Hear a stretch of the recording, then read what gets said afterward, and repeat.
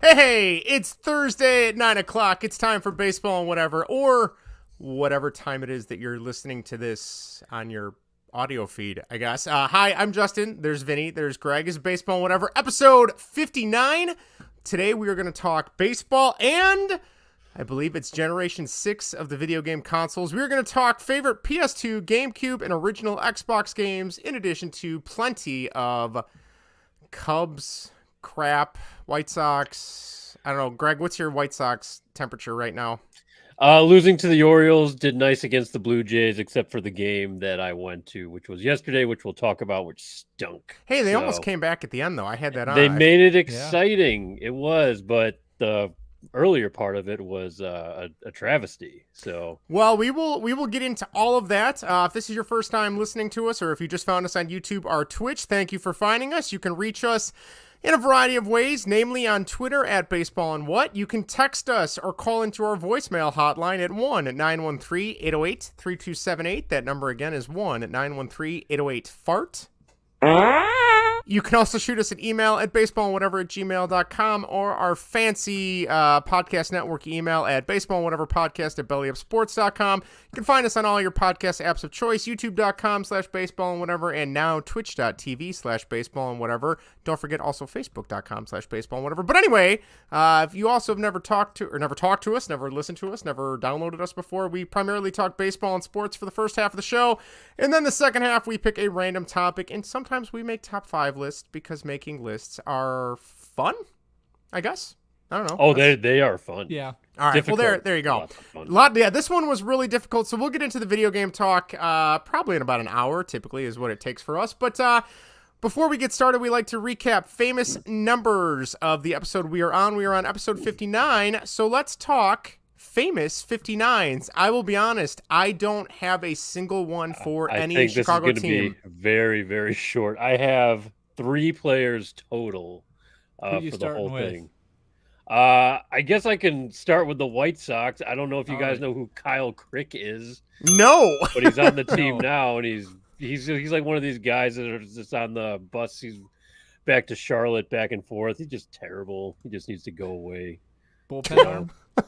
What's that? Yeah, he's a bullpen guy. Stinks. I think he's on the roster right now. He's probably pitching right now. No, I don't know who is, but Sox are losing. Yeah, he's bad. He's no fun, so who cares about him? 59. But yeah, for the Cubs, that's it I have for the White Sox. I don't know. I can't imagine that list being very long. We got Zebby Zavala. Oh, okay. He's 44 now. I guess he wore 59 when he came up. 2019, 2020, wherever. John Snyder? No. That sounds familiar. Uncle to Zack Snyder? Maybe. Made a heck of a movie, I can tell you that much. Yeah, not a lot going on here afterwards. The only other person to wear it for an extended period of time was Louis Aloma.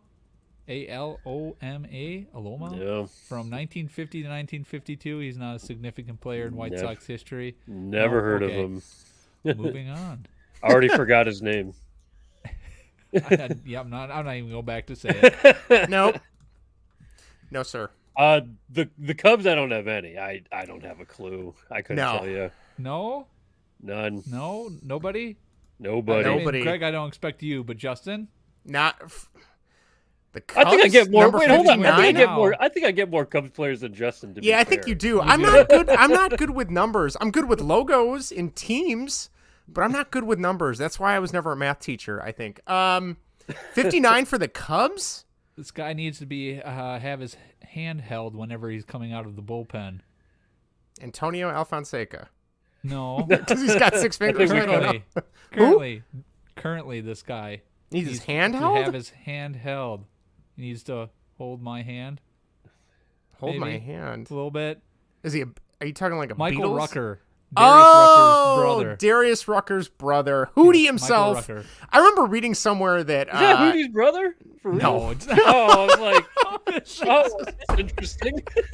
I remember reading somewhere that Darius Rucker, when Hootie and the Blowfish were at their like the top of the charts in their mid-90s, he hated when people would call him Hootie. He's like, that's just the name of the band. That's not my name. Yeah. And it bothered him a lot. I think now he's cool with it because I think he's a country singer now, which still blows my mind. He does, yeah. I have not. Kind of country back then too. Kind of like, I don't know, not yacht rock. I don't know. What would you call them? I mean, they were like rock, but not. It's like pop rock. I guess country. I actually. You really considered Hootie and the Blowfish country? They're like country rock. I would say. I don't know, southern rock maybe. I can get on board with southern rock. But I mean, that's a good question. Rock, country, right? I don't know. There's something about the country label that just upsets me, and I can't get on board with that. Wow, so many genres. Hey, you're talking to the guy that banned country music. Well, not just me, my wife as well. We banned country music from our wedding. We wouldn't let them play it. So. But anyway, I digress. When you were saying hold his handheld, I was going right to the Beatles. That's what I was going to. I was like, is this another Mockingbird reference or Blackbird and how it's a bad song? God. Is that what this is? Justin, like any of the good Beatles songs. Hey, Twist and Shout is really good. You love Ferris Bueller, don't you? That's not even their song, though. They sang it, though. They performed it. They sang it, but they didn't write it. It's not their song. No, they didn't write it, I don't think. They just did a cover of it. Yeah, covers. Top 5 covers. Now, that would not be in my top 5 covers, though. My top 5 would just be all black songs. Just be like, oh, that Mockingbird song. No comments. No comments. Okay, this is derailed. Yes, it has. We're only 6 minutes in. Right? We got Patrick Wisdom, 2020 or. Oh God, I didn't even know that. Yep, that's interesting. Will Ferrell's cousin Luke Ferrell wore it in. I remember him. 2018. Yes, reliever. Yep.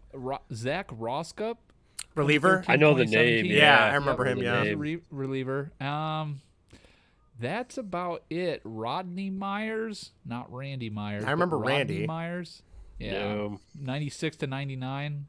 That's about it. Pretzel Vince says, "Is country music like a good steak?" No, country music is just awful. Hey, everybody! An old man's talking. Country music is horrible in all facets. Steak you can at least make good. Country music's not even country music anymore. It's just it's not. It's just actually, like original country music is actually good. Like if you're talking about Alan Jackson, Garth Brooks. Those guys. Well, Justin, your music palette's garbage. So I don't know.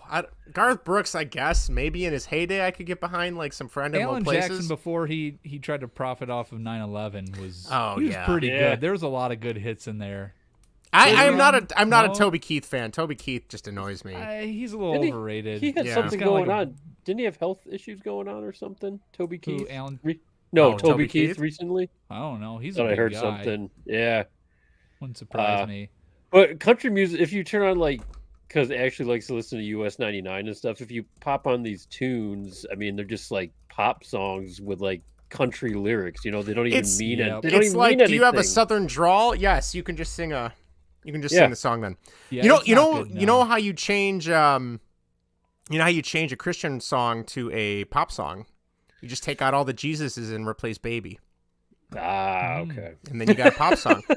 I don't listen to Christian rock either, or Christian music either. But was that a South Park thing? I think it was. Yes. Yeah. Damn it, Vinny! You're not supposed to call me on my jokes. Right. All my original. All my materials recycled from someone else who did it better. Right? Come on, you should know this by now. Isn't That's that our what whole Cartman podcast, does to in be the fair. episode? He becomes a Christian rock to I think get he does platinum, and then he goes double like frankincense or myrrh or whatever, because that's like the rankings. I think you're the right. Christian rock. Yeah, I think you're right. Yeah, Could you put that. Coldplay under Christian rock? No. I don't think so. I don't think so. I think Jars of Clay, I would put under Christian rock. I think they can be welcomed in the genre. I think if I put on a Christian rock playlist, I think a Coldplay song might. I'm going to fight you on that one, Greg. Isn't POD? POD is a Christian rock band, Payable on Death. Yeah. I was listening to Q101 in Chicago the other day, just because Q101, the name is officially back. It's not It's KQX, back, thank goodness. Which is great. I mean, it's the same station, but Children of the Nation by POD came on. Mm-hmm. And I was like, holy cow, I felt like I was a freshman in high school again listening to Q101. Right. So, Pretzel Vince chimes in and says, Toby Keith has cancer. Okay, so, he did have something. Oh, boy. There you go. Jesus,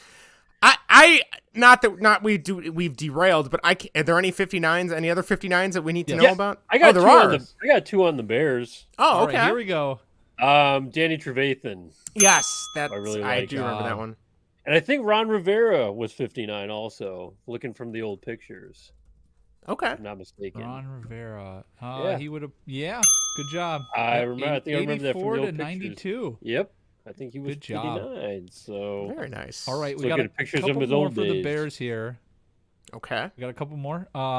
Cassius Marsh. You guys remember the spin kick guy from last year? Oh yeah. No. I think so. Yep. Did you? He was a white guy, long hair. Yeah. Yes. Yep. And then he got a penalty for that. Yeah. And then you never saw him again. The ref. Yep. Let's see. Oh gosh. Tino Isamoa. Tina Isamoa. Yeah. Yep. Yes. He wore 59, 09 to 2010. Cato June. You guys remember him?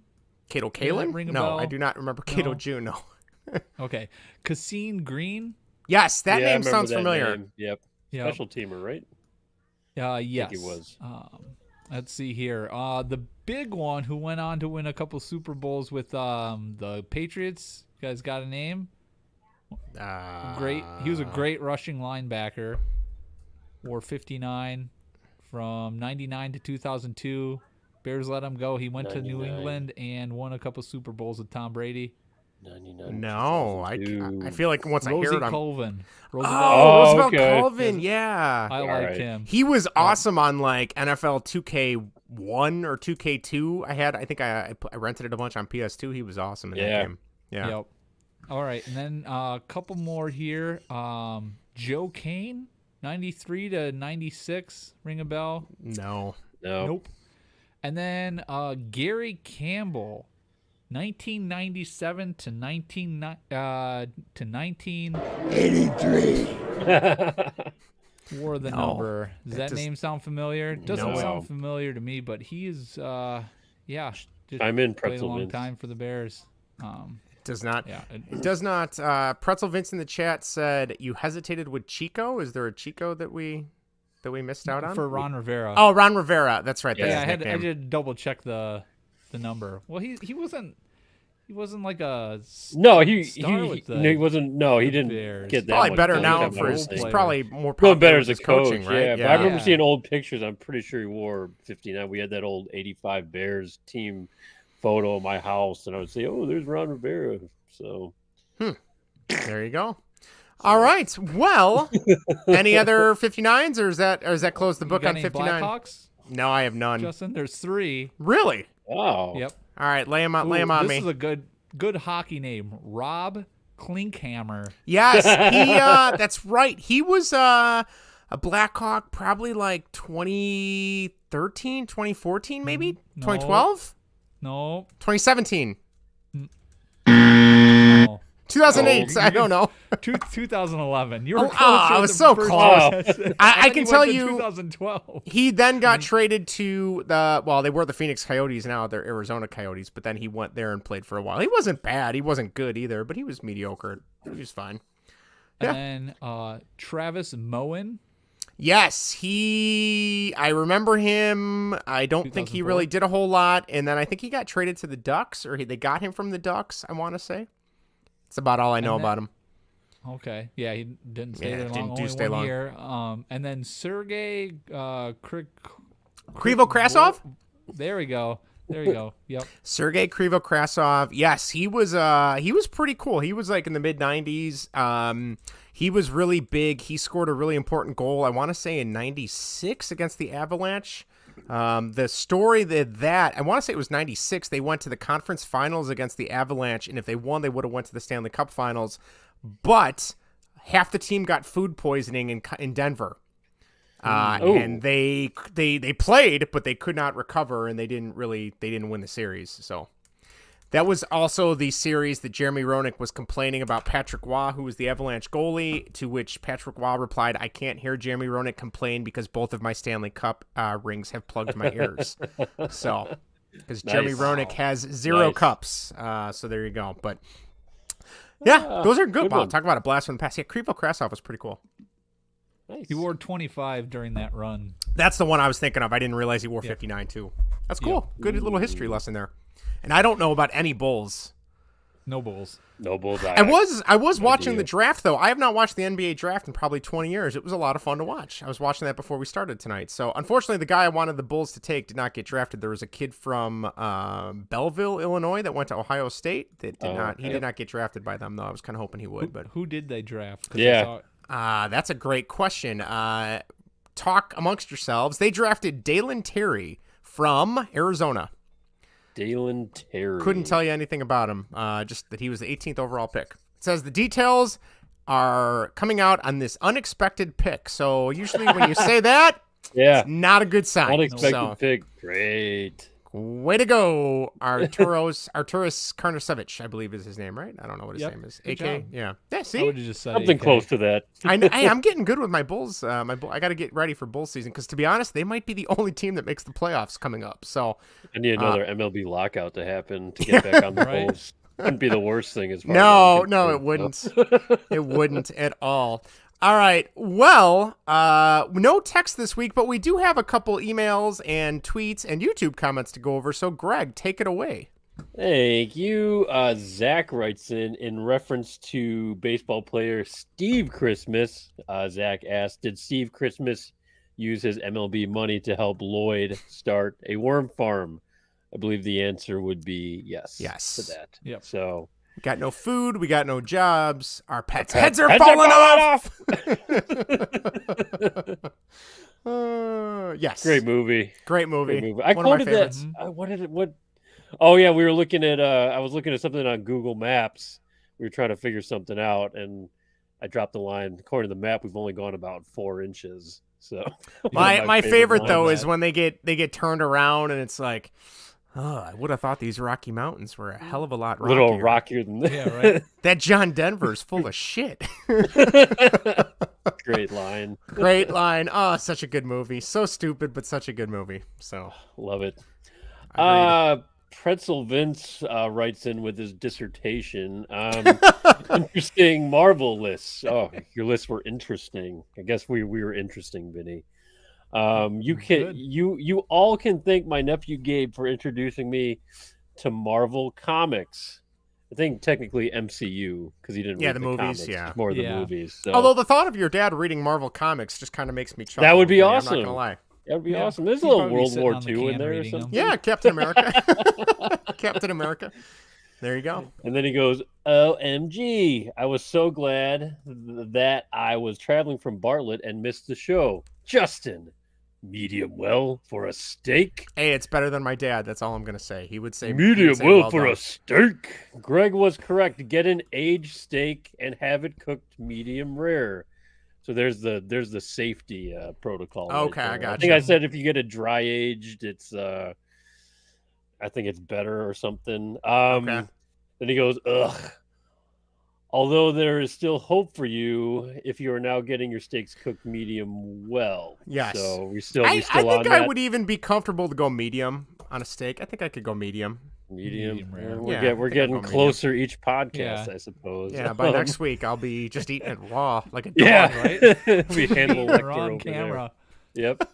But it is still far away from rare, medium rare. Agreed. Keeping my fingers crossed and lighting a candle at church for you. Thank you. Jerry Muckenstrom was drafted in 1976. So if you don't remember last week, he was a 58. Is that right, Vinny? Yeah. We were wondering. We didn't know anything about this dude. So Muckenstrom, he played for 7 years with the Bears, had a career-ending injury in 73. He was a special teams player. He had 35 starts at linebacker. He played a total of 81 games. He was a bigger college player than pro player. He was 4-year starter at Arkansas State. He holds a record for all-time tackles at Arkansas State. He had 493.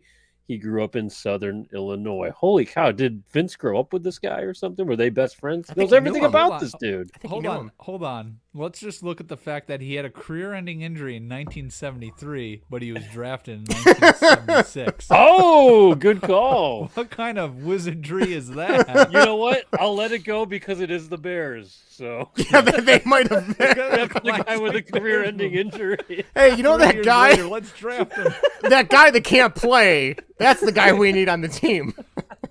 This guy here only has one leg. Let's draft him in the first round. He could be our kicker. Right? So what? So technically that would be 83 then, right? So he had a career-ending injury in 19. Yeah. Perfect. Yes. So yeah. Unless of course, I kind of like it better that he was drafted after his career. I do too. Right? I'm guessing maybe there's a typo in there somewhere. That's what I'm guessing. Oh, it's got to be true. And then last but not least, new subscriber on the YouTube's Kurt2512. Yeah, thank you, Kurt. We're up to, I think, 109 or 110 subscribers now. So for us, that's a pretty big deal. So thank you to all who are still willing to listen to our crap for the last year and change. Thank you very much. Thank you for listening to crap.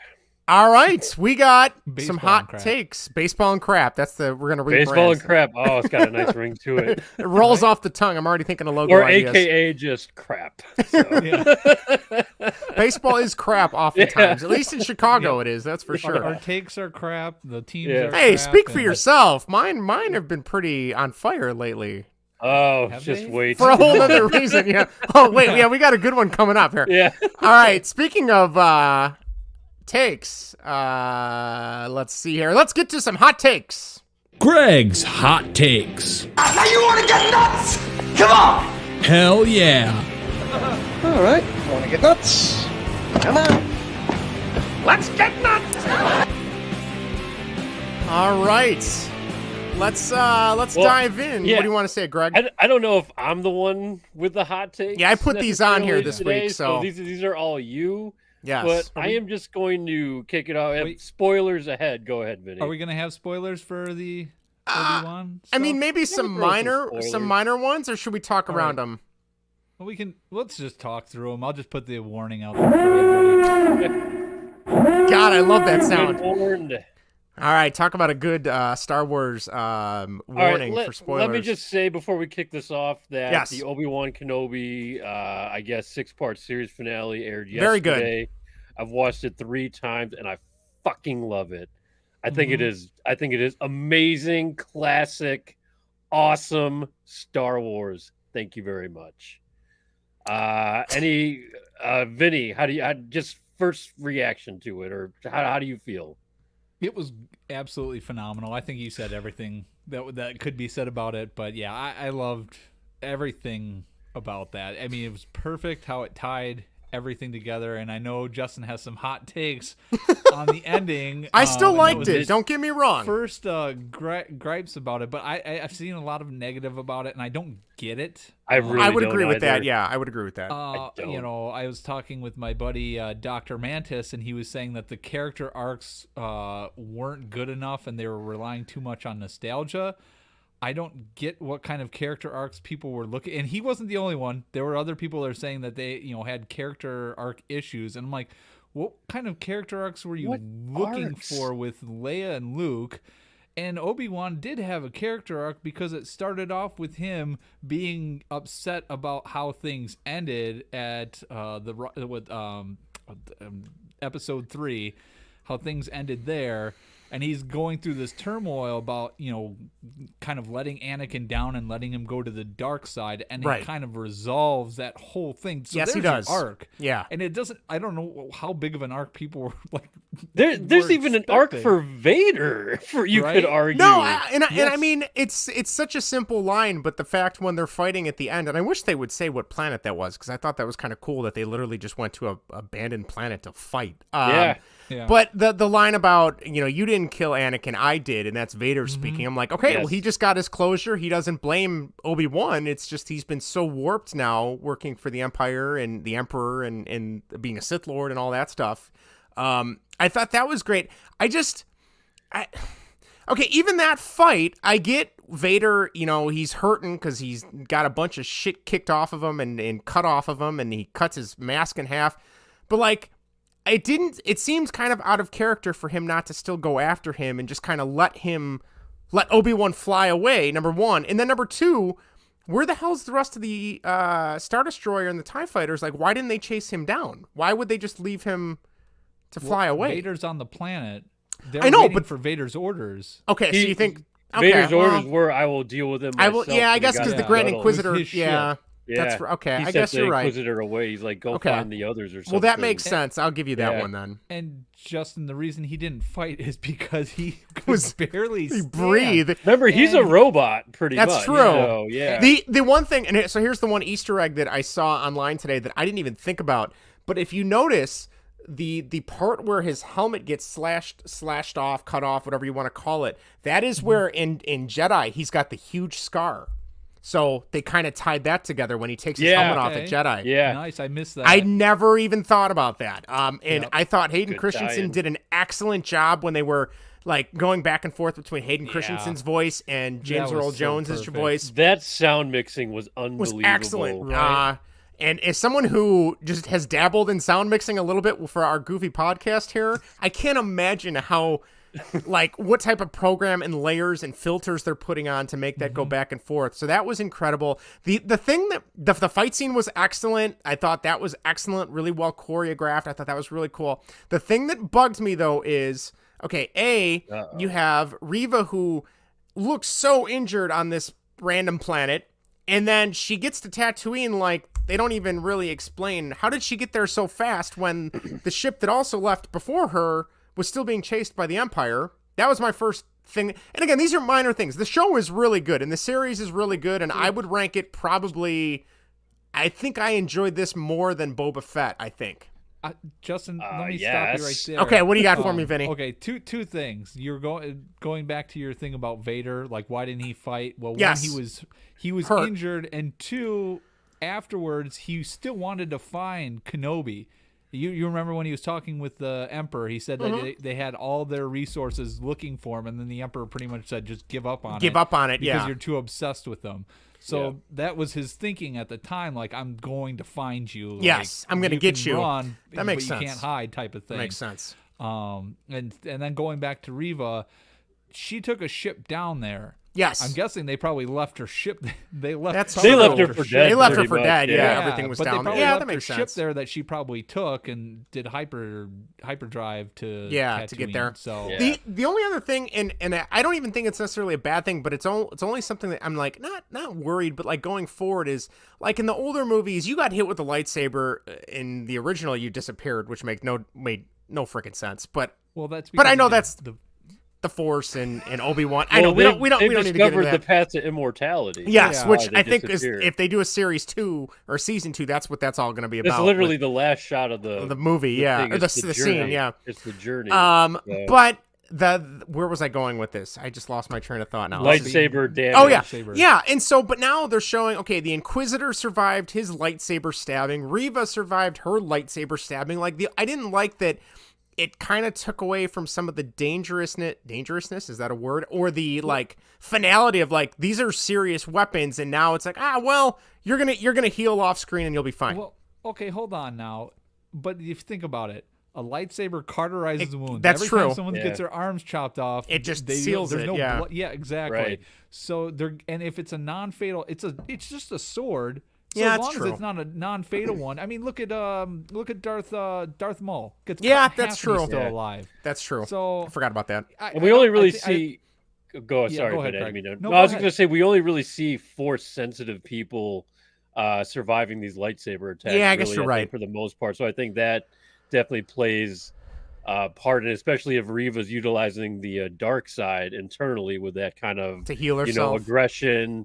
So I think that's part of the reason Anakin was able to survive too on and I guess there's Mustafar, is it in Revenge of the Sith where they talk about the dark side has these ways. He's like, oh, we can bring back Padme, like there's these unorthodox methods to keep people alive. So I guess technically you could tap into that. If he was telling the truth. If he was, yes. The only other thing I'm going to say that just bugged me a little bit was Beru and Owen, that was awesome. That was so cool to see them actually do something as opposed to just being these crotchety characters that bitch about having to take care of Luke, or at least that was always my take on it. Right. That, like, I didn't like that, you know, everything's good. Reva is going to stop with the dark side, stop with the Empire. But then, like, oh, well, I don't need to watch him anymore. You're fine. Like, you don't need to worry about anyone coming after him still, or, you know what I mean? Like, he was worried about him for so long, and now it's just like, go do your thing, live your life. You know what I mean? Like, that just kind of, it seemed odd that all of a sudden everything is fine, even though really everything's not fine. You know what I mean? Or no? Yeah, do you want to go, Vinny? Nope. Go ahead, I could see. Oh, okay. I was going to say, like, I think he attests that more because... Well, I'll jump back to this really quick. So there are two parallels going on right now. So we have Obi-Wan sparing Vader technically, and then we have Reva sparing Luke. So that kind of mirrors each other. It's kind of bringing that peace to themselves and to others by, you know, sparing another life where he says that they are both free at the end when they're there on Tatooine. So I think finally Obi-Wan realized, you know, the thing he feared the most with protecting Luke is, you know, I think the worst fear they've already witnessed it. Yeah. I think he realizes the Force is with him. I think when he was talking to Leia at the end before they said goodbye, and he was telling her all the qualities, yeah, Padme had this, you got this from Padme, you got this from Luke. I think he realized deep down that, Anakin, and from Anakin, I think Luke would possess all the same qualities, really. So I think, it's more of him going on his spiritual journey. Sure. That he feels better now about Luke because he's not really going anywhere. No, but he's not living the paranoid life anymore. Yes. So I think there's that balance in there because you still have to stick with canon because you still have episode 4 that you can't where he's stray too far away. So he's still in the picture. But you know he can he can continue his own journey now without having to worry about Luke now. And plus, you know, like you said before, Owen and Beru seem pretty capable. I mean, they took on a former Jedi, not a Sith Lord, but an Inquisitor. They didn't do too bad a job. I mean, considering, so they look like they could take out the herd of sand people if it came to it. The scene where Owen is just like fighting Reva, and you can tell once he realizes she's injured, and he's specifically hitting her wherever she got hit with the lightsaber. I was like, wow, that was pretty. It's a good scene. Good fight scene. So Beru came up with the bitch slap. She's throwing guns everywhere. Right. I'm like, oh man, Beru. Overall, though, series itself, I really enjoyed. I don't get I wouldn't call it hate, but the disdain for some of the stuff. Overall, I thought it was really good. I thought it was really tightly wrapped up. And if they do a season 2, I'll be there for it for sure. I think it was a little bit more well organized than Boba Fett, and a little bit more not restrained, but just very tight. Like, this is the story we're going to tell. We're not going to deviate and have some other episodes like how in Boba Fett, like there was the episode that was just like the Mandalorian. That's all it was. Like, you know what I mean? Right. Overall, I thought it was really good though. So minus those little qualms, which you guys have made me understand them a little bit better, I will admit. So one thing I would have changed actually in this last one, and it's not really the problem with the last episode. Since we got the and with the Obi-Wan and Anakin fight, or Darth Vader fight, I guess. I think like the type of fight they had, like people were bitching that, we had these amazing fights, you know, in the prequel trilogy, and it reduced down to this now. It's like, well, you kind of have to find the middle ground between the prequels and then the old man show on the Death Star. That's episode 4. So I think that was actually pretty good, intense fight for, you know, where they kind of are in their timeline right now. The one thing I thought would have been a bigger punch, now that we knew we were going to see Hayden Christensen's face in the helmet, I wish that was the first time, because we got a couple shots of him. And mind you, they were great shots, you know, when they kind of reconnect and you see Anakin in the bacta tank there, and then the other one, he's getting suited up Iron Man style. I mean, 2 of the best scenes in the miniseries, no doubt. But I'm wondering if we finally got that face reveal, if that would have packed a bigger punch. I mean, it still packed a huge one, but I'm almost like, you know, there's Hayden, you know? So I know they wanted to get him in a little more. And Hayden had a much bigger role in this movie or in this miniseries than I thought he was going to. And who knew we'd be ever at the point of say, yes, we want more Hayden Christensen. Right? So, Yeah. Well, when the writing's better for him. Yeah. And he does a lot. He even did in the prequels. His acting's in his emotions. Yes. It's in his eyes. It's in his face. Like, that's where he really wins. And you could see it there, in that scene with his, the conflict within him. And then they had the great, I'm sure you guys saw it, but they had the reflection of the lightsabers on his face. When you see the blue shine on him, you see the last bit of humanity in Anakin before, he finally turns over and Obi-Wan finally realizes that he's truly dead. I also liked how he referred to him just as Darth, like he did in A New Hope. Also, when he said, they did a great job tying everything together. They really did. So I mean, just as far as overall, a good series leaves you wanting more. I don't know I would love a second season, obviously, but I'm also, if they never do it, I'm so thankful that this is what we got, So I think when we were texting yesterday, when we all finished watching it, I was like, you know what, this made me feel so much better about the prequels, because I'll be honest, I usually joke about how bad they are for the longest time. Yeah, and I'll still joke about that forever. But I think it's bad in there. Yes, but I think it paints it in a little more positive light that, hey, this is what we got because of those prequels. Like the journey was long, but we finally got to something that was worth it. Right. So, yeah. Could you guys imagine if they actually had better writing for the prequels? Oh my God, those would have been amazing. It would have been dialogue, like with Anakin, they didn't, or even like with Jake Lloyd Anakin, like the kids in like Leia was like awesome. She was an excellent actress. She was awesome. She was great. Yeah. If they had somebody or just lines that were better for him. I mean, they weren't. Totally. This is pod race. Like nothing cornball-y. Yeah. Like that was just so bad. Good dialogue from him. Are you an angel? Like, like, oh, get out of here. Shut up. No, I'm gonna date you. Shut up, even though you're like 10 years younger than right, me. Exactly. All right. Well. We got the Andor series coming up. I think Ahsoka is next year, and then for both of them. Mandalorian, I think, is February of next year. So, is Reva gonna be in Andor? That's a good question. I don't know. I saw something that she might be in there. I can't remember the name of the character, but the guy that was the pilot for that escape shuttle, Roken, Roken's he's got to have something. Little Ice building Cube, him up. Yeah. Is that really Ice Cube's son? That's Ice Cube's son. Yeah, no way. Jackson Jr. Yeah. Wow, that's pretty cool. Yeah. We got a line from Zach here. Dr. Toboggan says, Obi-Wan was great, but I struggled connecting to the Reva storyline. Just was not emotionally invested in her. Episodes 2 and 3 and 4 were not strong, but 5 and 6 made up for that. I know, was it 4 that we kind of all talked about was kind of weak for sure? That was like the prison break the Inquisitor base. Fortress of Inquisitorium. I wish I would have liked to see more of the Inquisitor stuff. I thought that was pretty cool. The one Inquisitor was I can't think of his name, but he's in a bunch of the Fast and Furious movies, so I kind of liked him. Okay. But yeah, so thank you, Zach. That is a very interesting point. All right, the only other thing I have for our hot takes is, Greg, I finally got a chance to play the show this week. Oh, look at you. How do you like it? It's really good. Right? I finally got that pitching, whatever the motion pitching is down. Pitching. What difficulty are you playing on now? I set it to where it moves it up on its own, and I think you're at dynamic. Okay. Yes. What's the middle whatever the middle difficulty is? So is like where veteran or something. Veteran, yeah. I just love that when you do that and it doesn't work, it's like it's your fault. So like I've walked players, and I've never walked players playing that game because it was so easy to because it's stride cheat the timing system. And release point. So yes, so it's a little bit harder. But I haven't dived too deep. I played one game each night this week, just like where it tells you which games are being played live in real life, and then you can pick that game. Yeah, I just did a couple of those. Totally. And even the commentary, oh my gosh, it's so much better.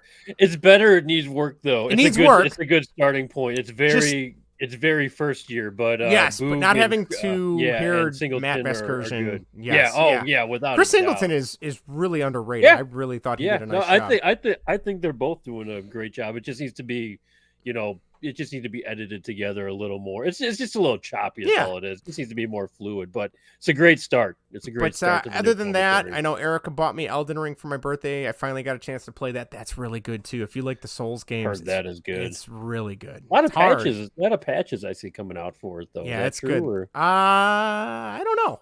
I think I only downloaded one. I saw a couple on Twitter, but that's all I got. If you guys don't have any other hot takes, That is it. No, that's all I got. All right. Well, real quick before we continue with the baseball talk, we'd like to thank our new partner in the Clutch for joining up with us here on Baseball Whatever. In the Clutch is an awesome sports apparel company that is known for their licensed MLB, Negro League, and MLS apparel, along with great shirts to rep your favorite retro hockey, baseball, and football teams. Even better, head to www.intheclutch.com now, and at checkout, use the promo code baseball and what, all one word, to get 10% off your order. How great is that? So once again, head to intheclutch.com, use promo code baseball and what, all one word, at checkout, and get 10% off your order. We promise you will not be disappointed. So thank you very much to In the Clutch and intheclutch.com. All right, we ready for some baseball? Let's do it. I think all right. Baseball. Welcome back to Major League Baseball. Sort of. Taking a look at Chicago's two favorite teams and other happenings around the MLB. I gotta tell you, every time I hear that sound drop with Harry Doyle, it's getting more and more apparent for the Cubs side of things. Major League too. Maybe they're pros. I don't know what they are at this point, but I think when we first came up with that, it was in the middle of the lockout, right? So when we were talking baseball, only like scene I thought of, because we're talking baseball, but not really. So and he's drunk in that scene, which is just great. Yes, he is. Yes, he is. So, Greg, you were at the ballpark yesterday. Any big takeaways from being back at Comiskey? I mean, the Cell. I mean, Guaranteed Rate Field. Yes, but before I get to that, I just want to say I think Lennon Sosa, who the White Sox just called up from AA, got his first major league at bat. He's out, but I mean that's okay. I mean it was pretty. This guy's tearing it up in AAA, or in AA. I'm sorry. So we'll keep an eye on him. We'll get to Mendick in a little bit, but a lot of buzz around this guy. It's good to see him up. Hopefully we didn't get him up too early, but either way, we need to win. So if you got talent, you are going to be here. It looks like so. Also gave him number 50, John Danks. 50 for an infielder seems a little high, but White Sox do things a little differently, I suppose. They do. Anyway, yes, I was at Guaranteed Rate, Comiskey, the Cell, whatever you call it. And I was there for Wednesday's day game against the Blue Jays, where I think the final score was 9-5. I mean, that score is generous, saying it was pretty ugly towards the first 7 innings, really. It was 7-1 at one point.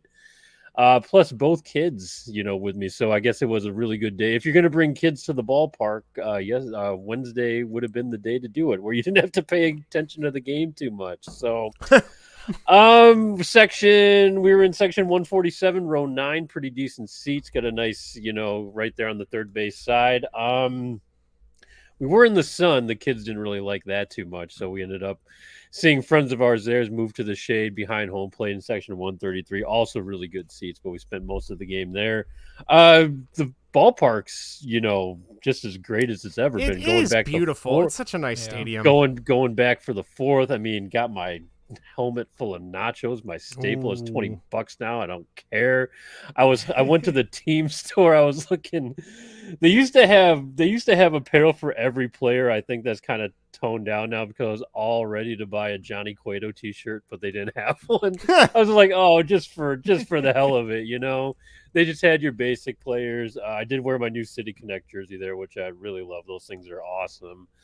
But ended up spending $50 there on a unicorn and a little Southpaw toy for the kids. So that's how they got you. So that is for, so it's that kind of stuff that was primarily my ballpark experience, because what was happening on the field, what I saw of it at least, was not pretty. Giolito was terrible. So, and he said the exact same thing after the game. So he's had like 4 or 5 rough starts in a row, hasn't he? Yeah, he has. He hasn't looked like himself. No command, no. I mean, just meatballs over the plate. Really, just didn't look right out there. So I don't know what's going on. What else? Yeah, it would. I mean, overall, still going to a game. It's still a fun time. I know we're going to bring up Danny Mendick tearing his ACL. I don't know if you guys knew that happened right in front of me. Actually, I saw because it happened. It happened right in front of the section. Like I said, it was in row 9. It was him, Adam Hazley, and I think Berger was running out there too. This was the third baseman, shortstop, and then the left fielder, Hazley. And then it was a brutal collision. I mean, you could. At first, I thought it was a concussion because I couldn't see him, tear the ACL on the bad step or whatever. But you literally saw their faces smashed together. Kind of like so slow mo when you see the. I mean, that's what it looked like. One thing I did not notice, and because you're so close, you can kind of see, you can get a good view of the players. You can hear stuff and see stuff.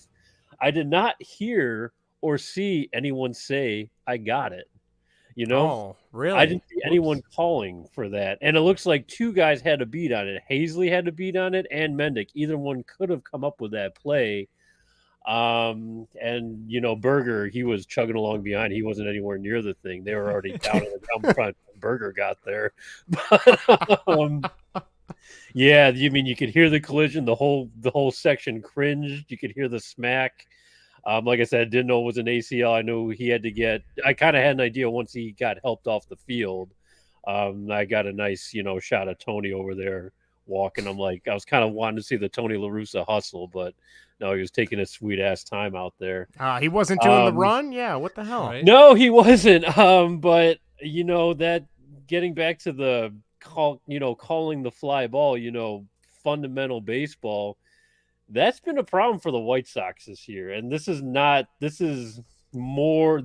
like a reoccurring thing way too often because we've seen a ton of collisions out there. Luis Roberts, a victim of that. I mean, Andrew Vaughn, Josh Harrison, just to name a few. It was different guys this time. But yeah, I mean, it's just another case. I mean, this got to be the 4th or 5th time this season that we've had a nasty collision. Not all of them is turned. I mean, this is probably the most brutal one of them all, obviously, ended with an injury like that. But I mean, come on, what are we doing out there? I mean, you could clearly see no one's saying I got just 2 guys running after the ball. You could hear fans saying, "Call it, call it." No, they just next thing you know, they're just down on the ground, smashed into each other. So, yeah, I don't know. That was not pretty to see, and I don't want to, I mean, just basic stuff like that mixed in with just a terrible performance overall. They made it interesting there in the 8th, but I mean, just wasn't enough. I mean, by the end it was left up to Leora. We all knew how that was going to end. Yeah. As soon as I saw him walking up, I'm like, poor Greg, this is over. That's it. So have you been kind of happy with? I mean, lately it seems like Josh Harrison's been playing better. It's I mean, is that a positive for you or no? I guess, but considering he's going to be their go-to second baseman for the foreseeable future now, right? I think so. I hope it's Sosa though. I hope he can stick around with Mendick out. He can figure at least something out this season to help this team win or at least spark this team. What I'm hoping for, and I'm not necessarily setting my hopes for this because we all know where that gets you to, Gordon Beckham. I'm hoping that he gives us the Christopher Morel spark, or at least something, like that, a player like that. And he tends to be more of a shy guy. Sosa is, but we need something like that. So I'm hoping we'll probably see growing pains. I really don't know what to expect. I haven't seen him play in AA, but I'm just waiting to see because I'm right now I'm done with Leori and Josh, to be perfectly honest. I know Josh, he hit a home run the other day. It's been looking a little better, but I don't see it sticking around. I really like the way Danny Mendick was playing great. He was doing great. Let's ride this for a little bit now. Not anymore. one more name for the casualty list. So it's just it's just, I mean, we just can't get away from this shit. Eloy had a setback. I mean, we can't win right now. So, and I was hoping, when it was kind of funny when Mendick came out, he was playing short. So I'm like, we're gonna see TA, all right. And then Leary, trots out. I'm like, oh yeah, deep down we already knew that. So, oh well. Yeah, it was a good run for him. It was, but yeah, no, still a decent time at the ballpark, and going back July 4th for the 4th of July game. So very nice. So, good Paul Konerko, I think Paul Konerko Captain America bobblehead day. So that's kind of neat. Snag some for you guys. So not bad. Please do. Yeah, please do. Yes. All right. Well, that's all I got. And for right now, it was like 3-0 last time I checked. It's still 3-0. Is it still 3-0? Yeah. Are they winning or are they losing tonight? They're losing to the Orioles. The Orioles, who are pretty much bad, but still figure out a way to win Adley games. Rushman. That's about it. Yeah, he's got all the runs, or he's not getting all the runs. He hit a home run, so and drove it, has 3 RBIs. So the White Sox have 8 hits, no runs. Lovely. So, all right. Well, to talk about something even more depressing, do we want to talk about the Cubs now? We have to? They keep giving you topics to talk about. Oh my God! I heard Jed talk, but I'll let you guys get to that. So, all right. Okay. Before we get to the Jed stuff, because I copied down verbatim what he said in his interview, and oh my God, it just makes me want to hit my head against a wall. First of all, Cubs, what are we doing? Why is Jason Hayward being trotted out there every frickin' day? Why is Jonathan VR on the bench today? Yes. Why is Jonathan VR being put out there every single day? That man can't play defense to save his life. He is horrible. Awful. Put Andrelton Simmons out there because neither one of them are going to hit. At least one of them can catch. And Hayward, he at least offers a decent defensive positioning. Jonathan VR can't do either. So why is he playing inside the diamond? I don't understand. I don't know if it's trying to market him to teams, but let's be realistic. Any team could have had him in the offseason. Nobody's going to want him. Right? Like, yeah. So that was a negative. Hayward just playing is a negative. Keegan Thompson at least had 2 bounce back starts. The last 2 starts were decent, but he still continues to get screwed over by the players behind him. And Caleb Killian couldn't save his life the other night. He had no control whatsoever. So I think it's probably a good thing that he got sent back down, because realistically they can trot out Mark Leiter Jr., who's going to lose it for you anyway. So at least give the other kid a break and let him play in AAA and get a little bit better and more seasoned, I guess. I don't know. I agree with that. You do or don't? His control was fine in AAA. Yeah. So I don't know why it would change coming up. Is it nerves every time he's going out there? That's a good point, Vinny. Kind of jitters. He's got to work through that. At this point, and what does it matter this season? I mean, unless he's getting, he's not getting hit hard. It's a walk. It's a control issue that's causing his woes out on the mound. So let him work through it. You don't need to send him back down to AAA where he was just fine. He's got to work through it. You're going to have growing pains. Let him work through it because, one, you don't have – it's not like, Miley, Smiley, or Stroman are, that's true. They're aching, they're ready to get back. Leave them up. You don't need to keep sending them down. It's pointless. I feel like pick one like that. I think I can get on board with that. My only concern is they are so bad and they are losing games at such a clip now. Like, do you buy into the theory like when these guys come up and if it's so bad, like they're not gonna learn how to win or be successful in the pros, or do you think that that's kind of like bullshit and it shouldn't even be in the equation?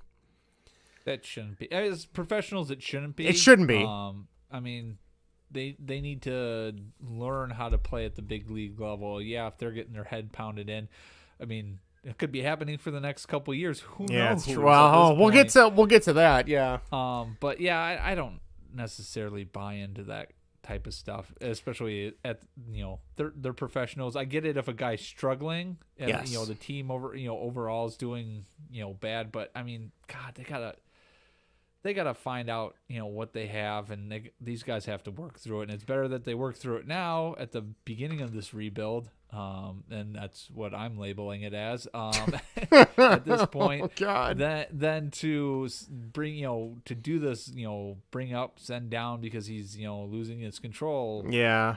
And then, you bring him up in a couple of years. What if he's still losing his control? He's just got to figure it out, and it seems like it's more of a mental thing that I don't know sending him back down to AAA is necessarily going to fix. Especially with your record, this is the time to do it when you're not. Because if you're pressing right now, you shouldn't be. Like you have nothing to play. I mean, if you're just trying to play for your job right now, that's different. But I mean, get Yan Gomes to step up or something. He's a veteran, catcher. He should be. Yep. I mean, this is what he's supposed to be doing right now, is giving these talk guys to these confidence guys, and stuff like that. That's his whole purpose right now, pretty much. So I'll put some of that on him too. But yeah, sending him down. I mean, it's different if you're competitive and he's killing it for you. Liability, then you don't really have time to worry about development or anything like that at that point. But I mean, I would much rather see him than Mark Leiter Jr. I'm sorry. I'm sure he's a very nice man, but Mark Leiter Jr. Why? Which trade? I don't even know Killian where in? they came. Oh, Killian was in the Bryant trade. He was in the believe. Bryant trade. Yeah, that's right. Okay. So, we'll see. But all right, do we want to talk about Jed Hoyer? Sure. Okay, here we go. So, all right, so here's some of the quotes from Jed Hoyer. I'm starting to think maybe he's really not as good at his job as we all thought he was. Well, we'll get to that in a second. All right, here we go. This is verbatim. This is Jed Hoyer. He was interviewed on ESPN 1000 in Chicago here with Cap and Jay Hood, and they were asking him about the moves of trading the core and what the Cubs are going to be doing. Here we go. I quote him. He says, "Thinking back on it, should we have made some of those moves earlier in reference to trading Bryant, Baez, the core, Rizzo, all that? Yes, I think we probably should have. We were too stubborn with that group, I guess is the way I would put it. We saw that what they did at age 22 and 23. We believed that we were going to get back to that point with the same group, but we weren't able to rekindle that with that group, and that was really talented. They were unbelievably talented, but we couldn't rekindle it." No shit. Like after 2018, you could tell that they were gone. It wasn't going to happen for them. I don't know why they waited so long, which I guess hindsight's 2020. My favorite part of his quote, though, and then we can talk all about this, and I know Pretzel Vince has a couple good quotes in the chat we can get to in a second, too. He said, "Our focus now is to build another great core." What are you talking about, Jed Hoyer? No, that wasn't him. That was me. If you recall, Bleacher Nation wrote an article last year. The Cubs made it very clear that they were not looking to create windows with cores anymore. They were only they didn't want to do that where there was only time to compete is when you've got a core of young talent arriving at the same time. They don't want to do that anymore. That was last year. And they said, and where that is the only time you can justify big expenditures in free agency and a trade. The whole point was supposed to be smoothing into a new normal where there might be years and up years and down years, but theoretically every year is a competitive year like many other organizations that have much fewer resources to pull that off. So now we have totally switched gears. We've gotten off that ramp and got onto another ramp where now we're building another core again. And now he keeps saying, well, when the time's right, we'll have money to spend. But last year you told us we were going to be competitive. This whole thing was to be competitive for a serious time in the future that is now completely fallen by the wayside. And I would argue that we're going to be shitty next year and probably the year after that if we're looking for this new core, because let's be realistic. Pete Crow Armstrong is not coming up anytime soon. Honestly, the way they handle some of these guys, I don't even know if they're going to be any good because they come up, they do pretty well, and then they suck. So, Vinny, walk me back from the ledge. Do something. I don't know. Can I just push you at this point? It would end my misery. It would end my misery. Well, Jesus. Okay, going back to his quotes about thinking about moving on from them earlier. But the thing is, they believe that so much. And we were, that was what we were force-fed as fans. This is a great core. And, I was looking at it and thinking about it. people are upset that they didn't spend, people hammer that drum. They didn't spend enough. They didn't supplement pieces. Well, okay, let's look at what their projected lineup was during, 17 and 18, 19, Schwarber, left field. Almora should have been center field leadoff. Hayward in right field. Third base Bryant, shortstop Baez, Russell, second base Baez or Russell, wherever they stood. First base Rizzo, catcher Contreras. They had all the you didn't need to spend money in their mind set. They didn't need to, they could have gotten some bench players, which is what they got. But you had Zobrist was still on the team playing the multi-position super role. utility, exactly. They didn't need anybody. Then you had the Russell crap that came up in 2018 that just derailed the entire thing. You had Almora throw it or hit forgetting how to play. Oh yeah, well after that, that it seemed like derailed him, and then he also couldn't hold on. Or was it Russell couldn't hold on to his bat either? That was his big thing. Oh God, that used to drive me freaking insane. Yeah. So they had it, and their thing was we had the players. We're going to spend on pitching, right? That was we'll spend the money on pitching, and they did that. They got Tyler Chatwood. They spent a lot of money on Tyler just gives Chatwood, me chills thinking about him, which was awful. So they got Darvish, who didn't work out for the first year, couple parts, and they had internal pieces for the bullpen. They traded for Wade Davis. They that's had right. Carl Edwards Jr. that was supposed to be a big piece of the bullpen. That didn't work out. They also had other pieces that I don't remember now that they were supposed to be. These guys coming up never worked out. Albert Almora was supposed to be here, I think, in 2018. He got hurt, and then that pushed everything back. I think he's not wrong about that. They did become too attached to these guys, and they should have looked to move pieces and restock the farm system when clearly having all of these heavy hitters on the team wasn't going to work past 2017. It really didn't work in 2017 either because they never made it back to the World Series. So he's not wrong in that. Yeah, the whole talking about building another core after they talked about it's infuriating. Competitive every year. I can't. I don't even know how to spin that one positive for you, Justin. I'm sorry. No, it's just ridiculous. Pretzel Vince in the chat said if the Cubs would have started to break up the core in 2018, what would the fans have done? I think the fans would have been pretty upset. I mean, like I said, I think you can't really look back. Like I said, looking back in hindsight, it's like, oh God, after 2017 or even after 2018, like in the 2019 season, I would have started trading guys that, before they started to. Well, the offense broke in 2018 is what Theo said. There was going to be a reckoning. And it was going to be a reckoning and there was going to be a fix, and there never was. It's just, I don't know what the fans would have done, but looking back, it's like, oh God, something needed to be done. And I don't know if you blame Theo. I think, the other big thing is Ricketts. We could go back and forth talking about, does he care about the team? Is he more in the development side of things? I personally can't stand him.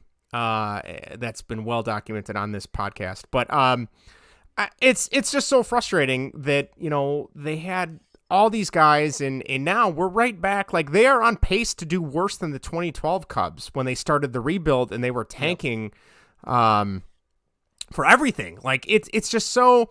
You look at other teams like the Oakland A's, which have no payroll, make the playoffs are more successful than the Cubs. Now, granted, this year, they completely cut bait on everything. But like every couple of years, they're back in the playoffs and they have a decent team. The Cubs can't manufacture that to save their lives. Like it's just so frustrating that you see teams with so much smaller payroll. Like the Rays do this every year. Every year they put a competitive team on the field and then they trade half the team because their scouting department is amazing apparently. But that and the fact that this offseason going forward, yes, I know they brought in Seiya and they brought in Marcus Stroman, but like if I was Stroman, I'd be like, shit, when my 3 years are up, I am bolting. Like this is a dumpster fire that is not going to be corrected anytime soon, and his stat lines aren't going to be great because the team behind him isn't any good when you have guys who can't clearly do anything defensively besides a handful. But I don't know. It's so frustrating. I don't know. Yeah, that's it. That's all I got. Pretzel Vince, said the Cubs won the World Series because they had a closer in 2016. They never had a closer since. Not true. 2017, they traded for Wade Davis, who was exceptionally He was good. Wade Davis was good. Their problem was they overused him during the year. Yeah, they relied on him too much. But the whole team limped into that NLCS, so it just wasn't him. And then they got Brandon Morrow, and Joe overused him, and his arm fell off. So they did have closers. Wade Davis was good in 2017, it showed, but I'd probably say after 2018 or in 2018 and on, they kind of struggled to find that. That's part of the issue. That wasn't their only one. When I saw that quote about, we're looking to rebuild another core, it's like, all right, so you're doing this again, this rebuild, and granted, maybe this one won't be as long as the big one that was, a decade ago now at this point, but like, I don't understand, why does it need to be a teardown and acquire all these prospects? Why can't we just retool every couple seasons? Well, can I ask you this? So if he's coming out and saying, all right, here we go, we're building another core. I know Cubs fans it might not be the answer you want to hear, but you take any solace in the fact that this is some idea he has moving forward, because before you had no idea what their approach was, whether signing veterans.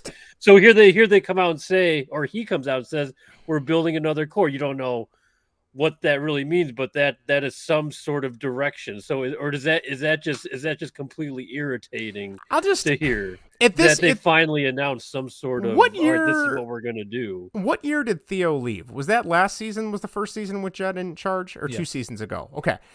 I guess technically Jed alone. Yeah. And then now we have the guy that, Hawkins. Yes, Carter Hawkins, who you can see the strings that are being pulled when he's moving, like Weekend at Bernie's, because I don't think he actually exists. But I don't think Judd. I think Theo was the mastermind, clearly, and rightfully so. Did Theo leave the organization in a good way in terms of like the cupboard? No, not really. It was kind of bare again. But like I'll give Jed, the only point I'll give Jed credit for was last week Theo Epstein was out in the bleachers laying in the basket. I don't know if you guys saw those pictures on Twitter. I saw that. That was good. Yeah. Because I guess apparently he's moving back east and he's going to be working, I think, for the MLB. That guy should be commissioner. He's already working for yes, but like in a bigger capacity maybe, or a stronger capacity. And apparently he asked Jed to come out to the bleachers with him, and Jed's like, oh, I don't think the fans would like that very much. It's like, no shit. If you were out there laying in the basket when this team is a dumpster fire, hell no, they would not be happy. You'd be getting dumped on you. So I don't know. For me, it's hard. I mean, I'm just, what do we say, an outsider looking in. The casual Cubs observer. To me, I see Jed. I see a guy who inherited a mess. Yeah. But hasn't done a lot to prove that he's a good GM. Like, he doesn't do anything to impress me. So to me, that's almost like I almost view him in the same light as David Ross. I mean, underwhelming is my take on it or whatever. I mean, I'm just like, I really don't know, because I'm confused, because once I read that they were building another core, to me, I'm not Cubs fans like you guys. I follow the Cubs, sure, and I'm confused by the Cubs, but I don't know where they start with that. I don't know what that means, because they've made a lot of anti moves that kind of contradict that. So I don't know if this is some sort of reckoning, some kind of mid-year readjustment or something. And I think that's reflective too on what's going to happen with the trade deadline now, because there were Wilson Contreras extension talks earlier on, and that is faded. His destiny seems sealed right now. So I would willingly. And if he's a starting catcher in the National League, he's and gets gone. traded to American League team, he's ineligible to play. It'll be like Jeff Samardzija. Oh my God, again. I forgot about that. Yeah. Oh God. Well, he won't be going to. It an looks American like he's League the front runner. I think so. Yeah. I think so. Let's see. We got one more before we move on to the MLB. Vince says, as a Cub fan, if you want to have a winner, don't show up and don't sign up with Marquee. Hit Ricketts where it hurts. I agree. That doesn't matter. I don't think the Marquee stuff matters at all. But they have to. I don't think it affects their pocketbook. but I think they at least have to notice that there's less fans coming to the games. But whether or not they care, I don't know. And it's kind of a double-edged sword, right? I think it's got to happen or more catch-22. Yeah. If you don't show up, they don't earn money, and they don't put that back into the club. No. So then they're not going to have a budget for payroll. So, I mean, it's kind of a lose-lose situation if you're going to try to pull that, because they're gonna make money hand over fist anyways. But if the budget is tied to ticket sales or some sort of revenue like that, what are you going to do? You're going to really they're going to keep the team. They're not selling the team. They're not selling the anytime team, soon. no, unfortunately. I don't know what it would take for them to actually sell it. I always see Oh, those posts where everybody's sell the team, Tom. Like, what? He's not going to listen to you. No, he doesn't give a shit. Yeah, right. It's And that stadium is a ballpark. He it's doesn't a need to license do to that. print money. That's it is. That's all it is. Exactly what it is. And here, I feel like a sucker buying like another Cubs hat. I'm like, I am part of the problem. No, but I don't think it matters. I don't think it matters. So it doesn't. Yeah, it really doesn't. Unless nobody shows up in Rickettsville, buying hotel stays. In consecutive years, mind you. This has got to. I like you said before, Justin. The attendance is dipping this year. We've seen that more constant, but that's gotta be reoccurring through several seasons, I think, to start making a impact. Because he's buying a soccer club too or something now. Oh, that already fell through, I think. Did that fall through? Okay, so Yeah. I didn't know what happened with that, but yes,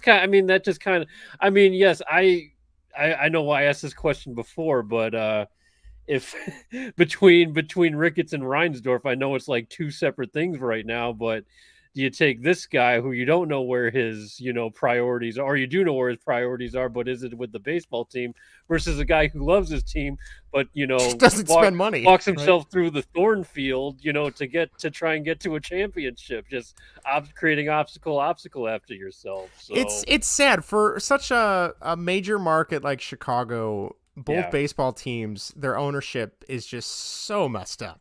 For different reasons. Ownership in Chicago. Yeah. Yeah. Oh God. Yeah. Oh boy. Yeah. And the fact that Reinsdorf has his hands on the Bulls too. Well, I guess Michael Reinsdorf is handling the Bulls more. So. Well, this is the thing too. Not to bring it back to the White Sox too much, but Jerry loves the White Sox. It's just stupid. What he does. Let's just face it, just with Tony in general.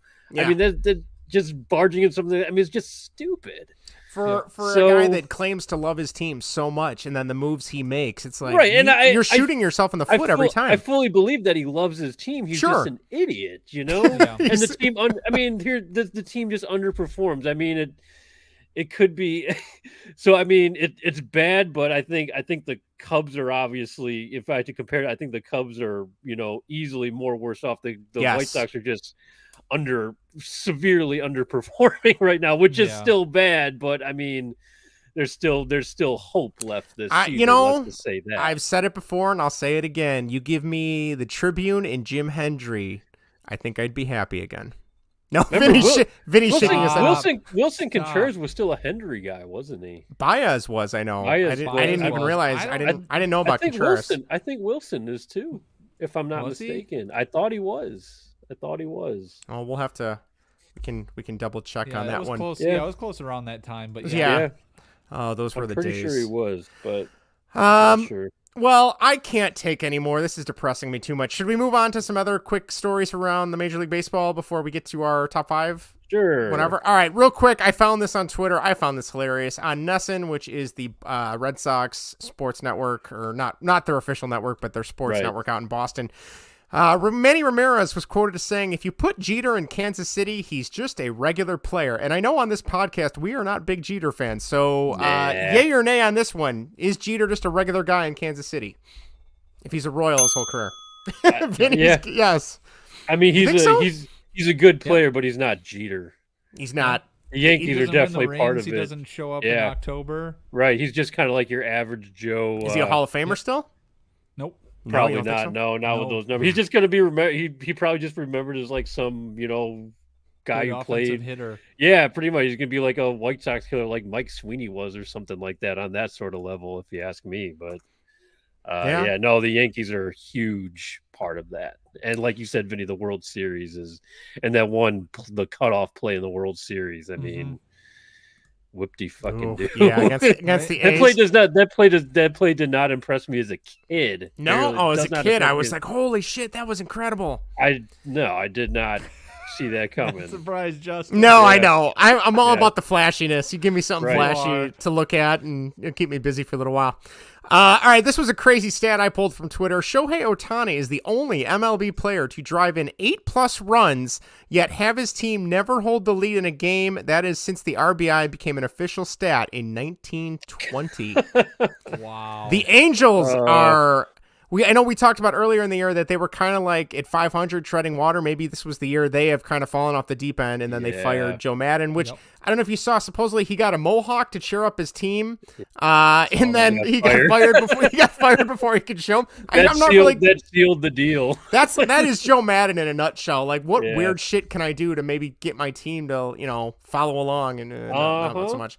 And then lastly, I think this might have been against the White Sox. I don't remember. The Blue Jays hitting coach was upset with how the umpire was calling pitches the game before, so he went up to exchange the lineup card with the umpires, and then he promptly told the umpire that was the home plate umpire the night before what he thought of him, and he got ejected before the game actually started. Awesome. Good for him. That's Handsome great. moment. Apparently, on the Sportsnet, the Canada Sportsnet broadcast, I can't remember, the guy used to be the Sunday Night Baseball, something Schulman. Dave Schulman? Does that sound right? I can't remember what his name was, but...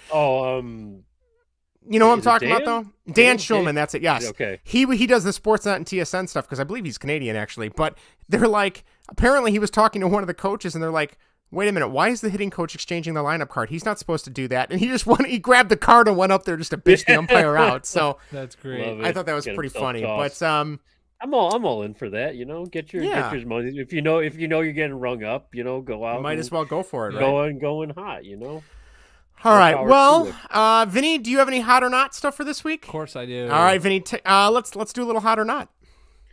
And now, folks, it's time for Who's hot? So damn hot. Oh, hot. Because I'm a hot little potato right now. And who's not? I'm afraid that the conditioners left me cold. Freezing my royal Rastafarian name-is off. This guy sucks. God, I love that soundbite. All right, Vinny, tell us who's hot and who's not. All right, Greg, we'll start with the White Sox because they're the better team in town. Who was hot for the past week for the White Sox? Shouldn't be too hard. I was going to go Andrew Vaughn.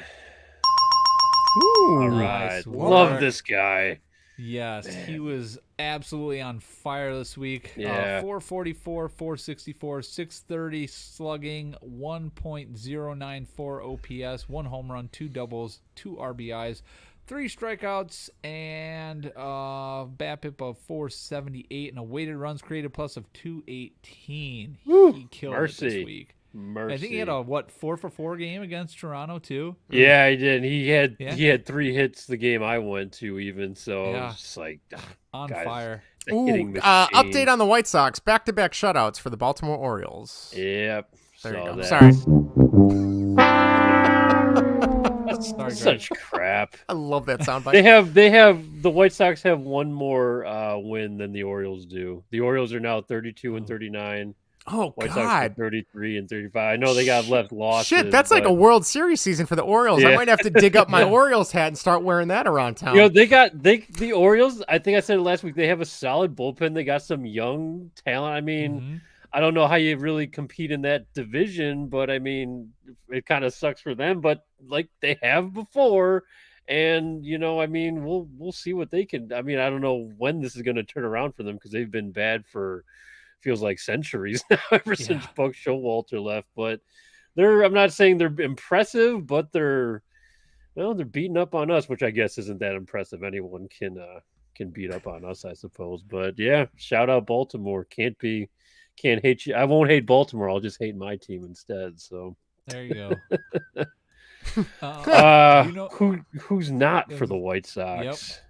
Who's not hot for the White Sox? Okay, I don't know because you base this on plate appearances, don't you, Vinny?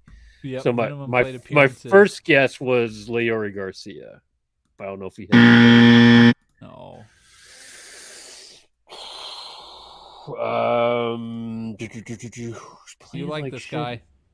I like this guy. Is it my guy Jose? It is Jose. Okay. Sorry, Jose did not have a good week.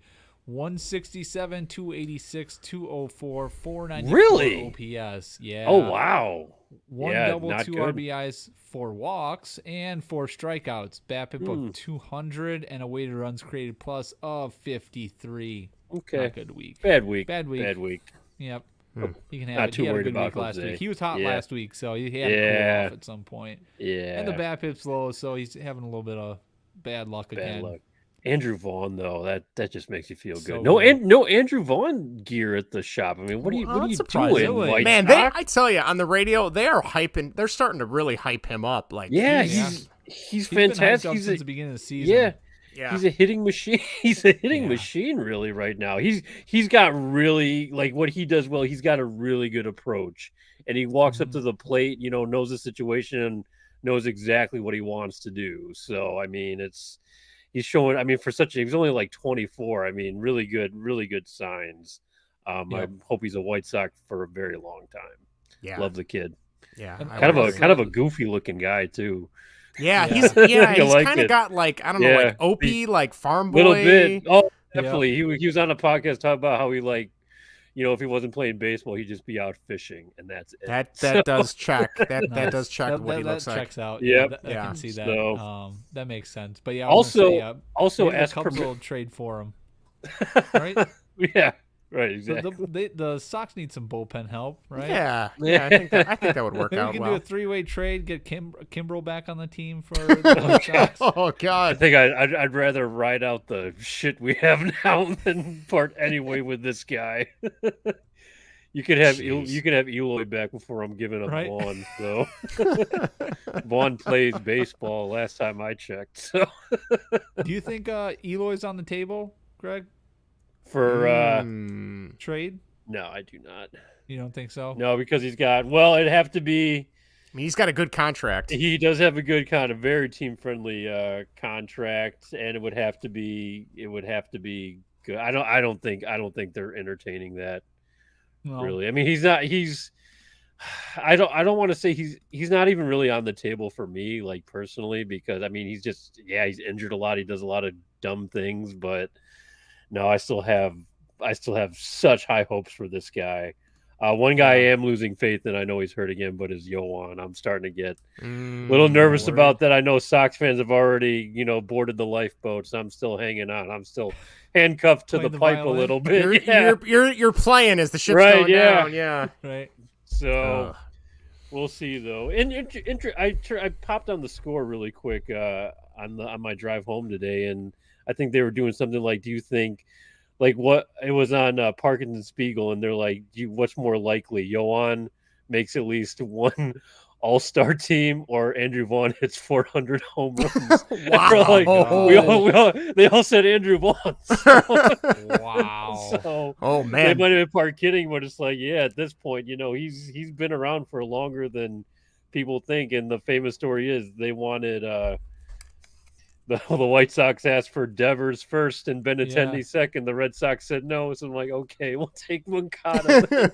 Red Sox weren't stupid. It looks like, at least up to this point. So not looking good. Yeah, I know they trade Benintendi, but he's also probably going to get traded. He's having a good year also. So Devers is a stud. So that guy's he's pretty good. Yeah, he's pretty good. That's not good. Jeez. All right, Justin, Cubs. Who's hot this past week? I honestly. Okay, this is a shot in the dark because I honestly don't know, but I'm going to go just because he's so up and down. Ian Happ's got to be on a heater at this point. Is he really? All right. Happ, yeah. 364, 462, 636, OPS of 1.098, one home run, 3 doubles, 4 RBIs, 2 walks, 4 strikeouts, BABIP of 412, and weighted runs created plus of 204. Ian Happ is hot this week. Who is not? Justin?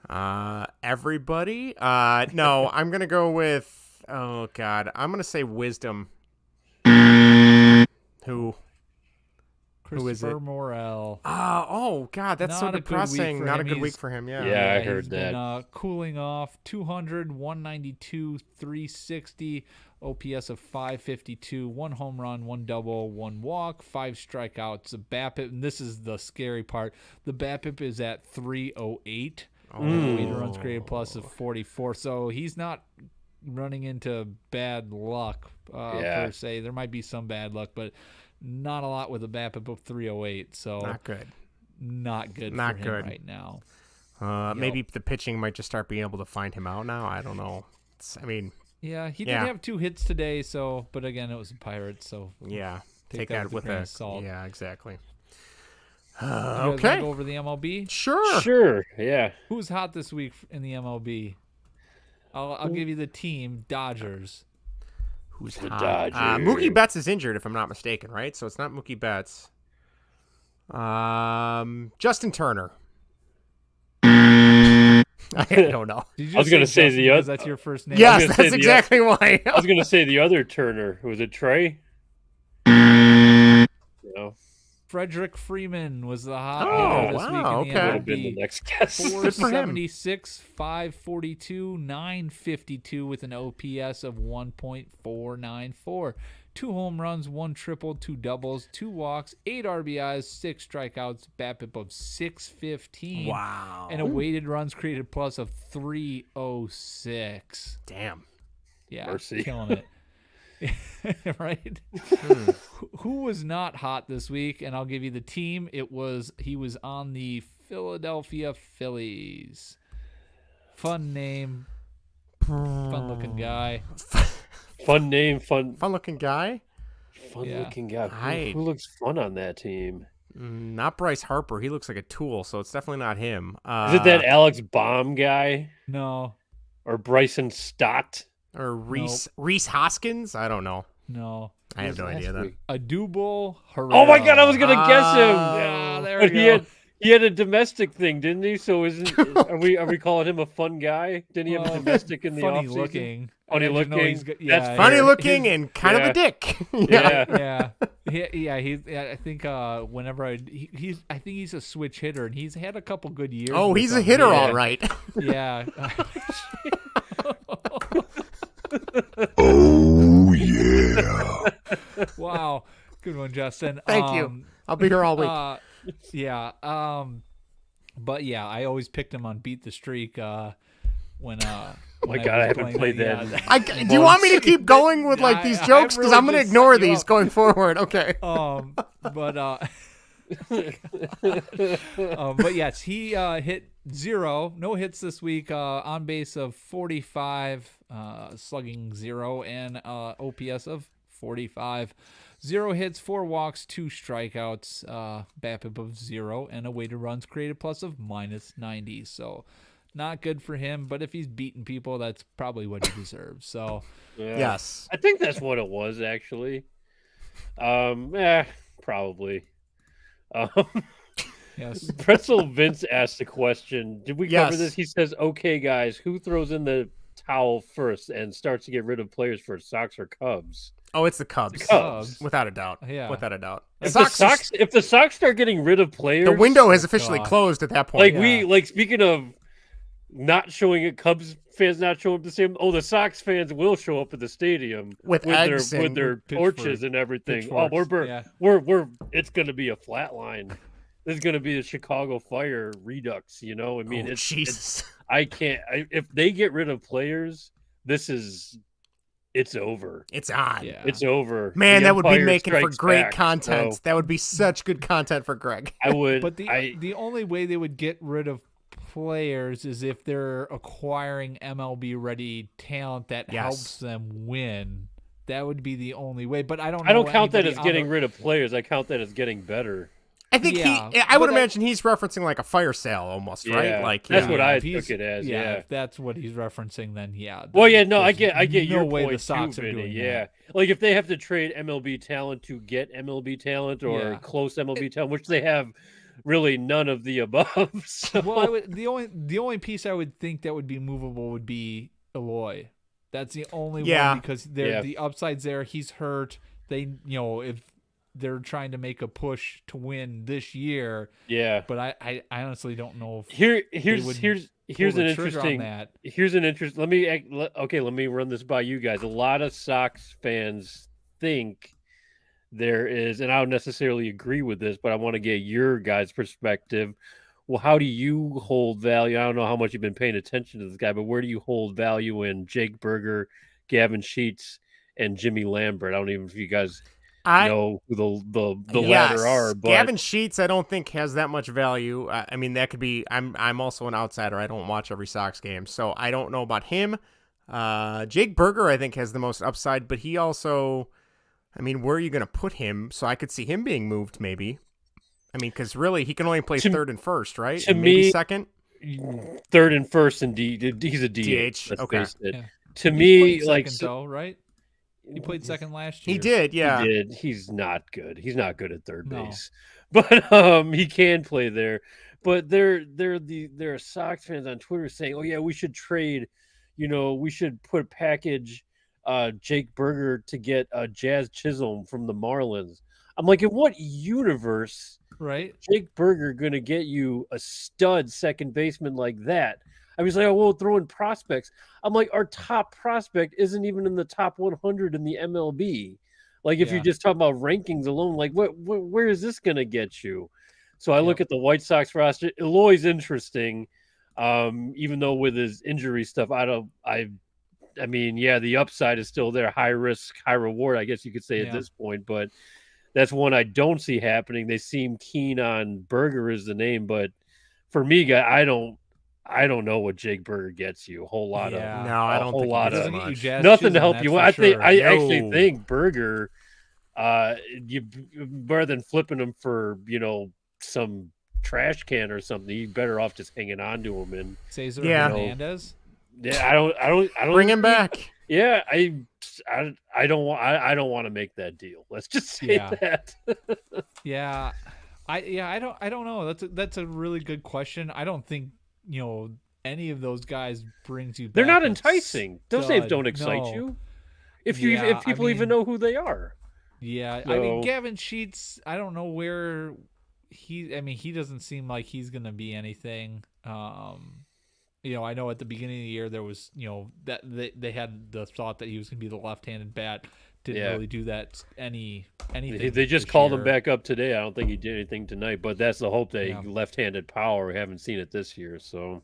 But I don't see any of those guys bringing anything back of the caliber player like not Jazz to help Chisholm. this year. I don't see. No, I don't get where people make that connection. It's probably the same people that were predicting the Bulls will get Gobert and KD on the roster. Ball and DeMar DeRozan. Like, how do you fit that in the equation? Right. I don't get how any of those guys could be moved for substantial young pieces. Right, controllable pieces, talented. Not happening. You would get like a 1 year guy that's maybe like a Cesar Hernandez or maybe exactly. Who's the other guy down in Arizona that was playing well last year that the White Sox were rumored. I think the Brewers ended up getting him. Didn't do too much. The second baseman wasn't Adam Frazier. I can't remember. No, Adam Frazier was a White Sox player too. I know who you're talking about. I can't think of the name off the top of my head, though. Yeah, right. Escobar. Yes, Eduardo Escobar. Thank you. Yep. Yes. But you get a player like that. Those guys would be moved in for something. I think along the lines of a player like that. Someone maybe on an expiring contract or 2 years left. That is playing well, but doesn't have the track record maybe of being a star or something like that. So it's only going to be a rental piece that they're getting for those guys. And then do you really want to do that? If we're even in the position to, because that's assuming assuming we'll be in a position to do that, which is not looking like the case right now. So, and that's approaching. So, at this point, I think to me, what it looks like is this. I mean, at least at this point, like this is the team, and it's like we'll see where it goes and try and salvage some of this before this window shuts on us. So, Yeah.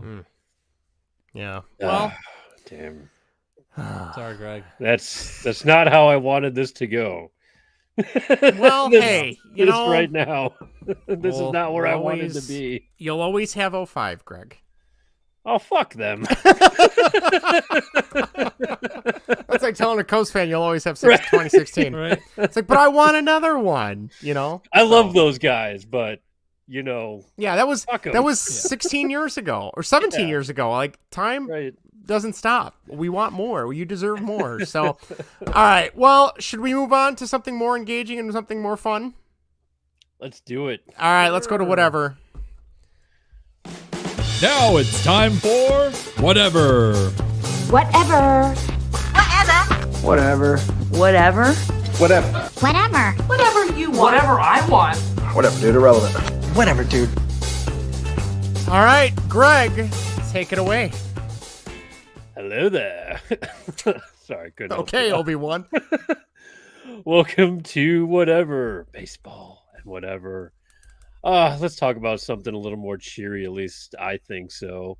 We're going back to video games. I know we did this recently with Gen 7 top 5, so we're just knocking it back a couple years, and we're going to be talking about our top 5 Generation 6 console video games. So that includes the PlayStation 2, the Nintendo GameCube, and the original Microsoft Xbox. So your list can be built by a combination of any of those games on that system, which I'm sure you got. Justin, I'm guessing you're more PS2. I'm all PS2 because I didn't have a GameCube or an Xbox. So I got a pretty healthy mix here, and I'm sure Vinnie does too. And then we had a ton of listener submissions that we are going to get to. I mean, we got a lot. I video game stuff tends to be some of the more popular stuff that we do for whatever that along with music seem to be our most popular for submissions. So we will get to all of those later on. But I just like to say, I think this idea just literally came about at Vinnie's birthday house. party last at the week, birthday right? party. They're like, so what are we doing for whatever? And I was like, I don't know. PS2, GameCube. Yeah, sure, why not? So Vinnie, talking video games again. So oh man, I still don't. I have all these cases in front of me, and I still don't know what my top 5 are. That's okay. We'll don't let me go first. Yeah, go last. Top 10 list. It could be like my top 15 actually, but well, I actually only have the 5 that I finalized the top 5, and I brought those 5 here. But I'll definitely mention the honorable mentions later on. So, do you want to kick us off, Vinnie, with your number 5?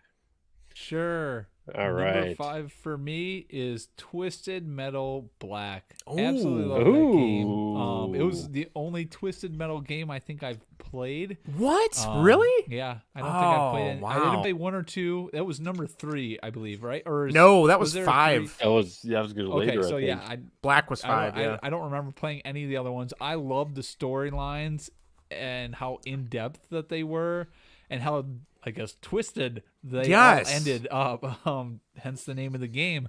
But yeah, those games are really fun, those arena type games where you're just destroying other people. But I think they had like objectives during some of those, if I remember correctly. But I just remember going through and trying to beat every storyline in that, and they were all just so far out there. It was awesome.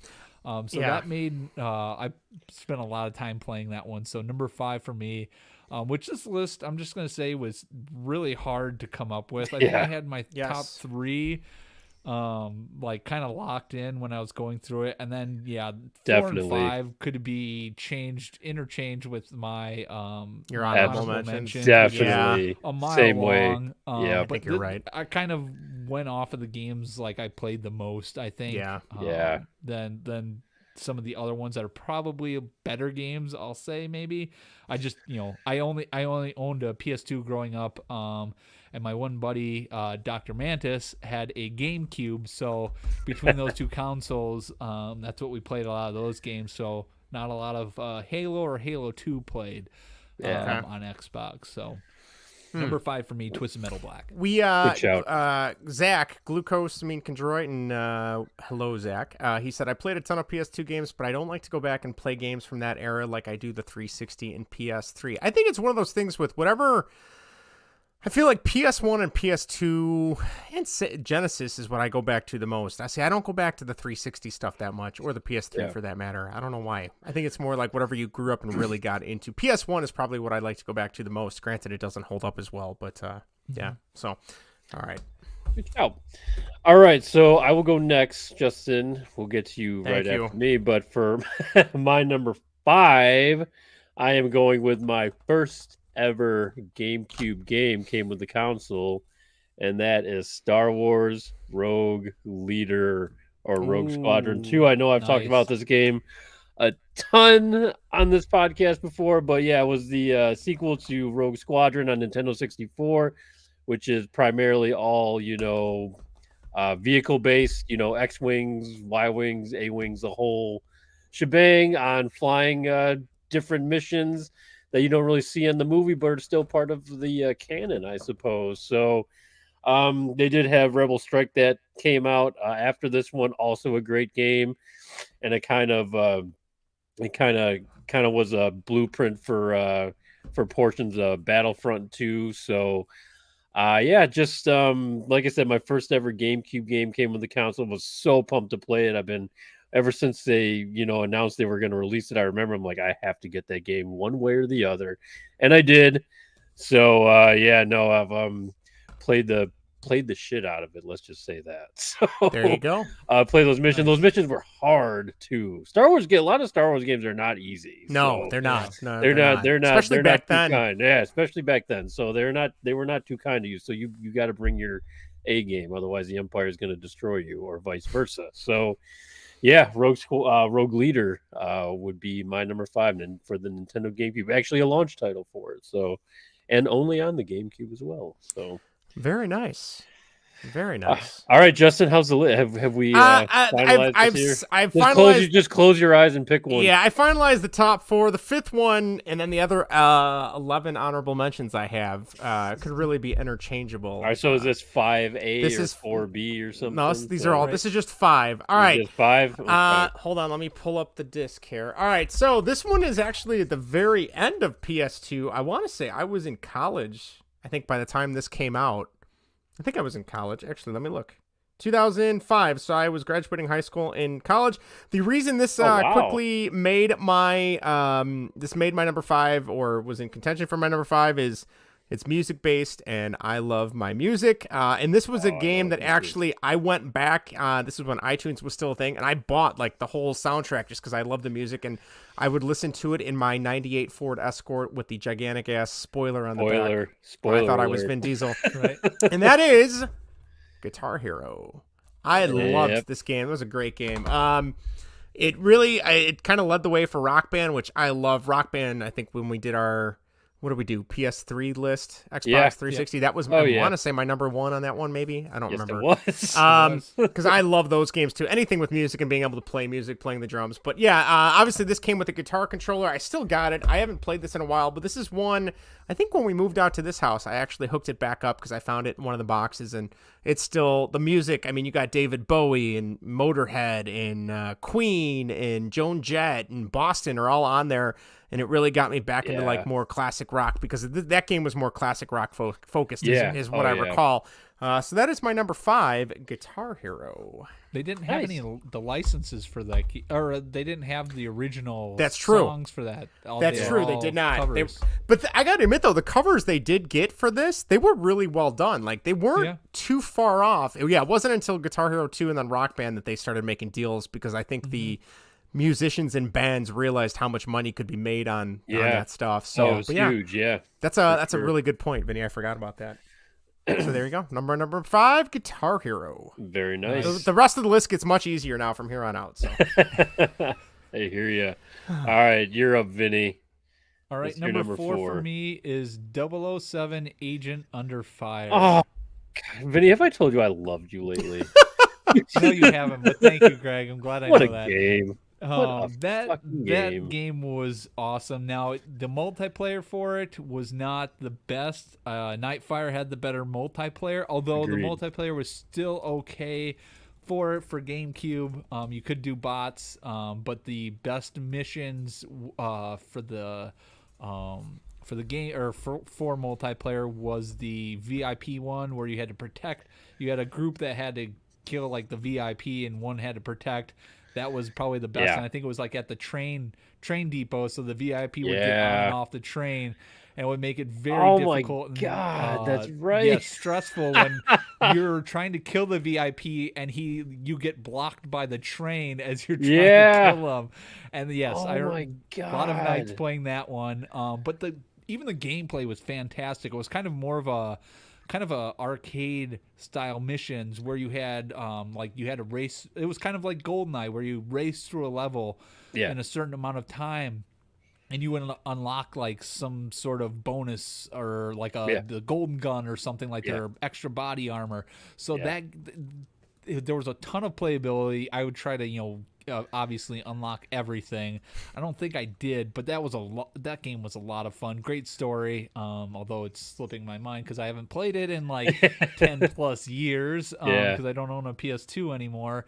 But yes, that was one of my favorite games. Spent a lot of time trying to beat all the missions and all the different achievements that you could get for it. So Agent Under Fire 007 is my number 4. Oh, what a great game. I remember when I first picked that up too, and I actually had that one on the GameCube.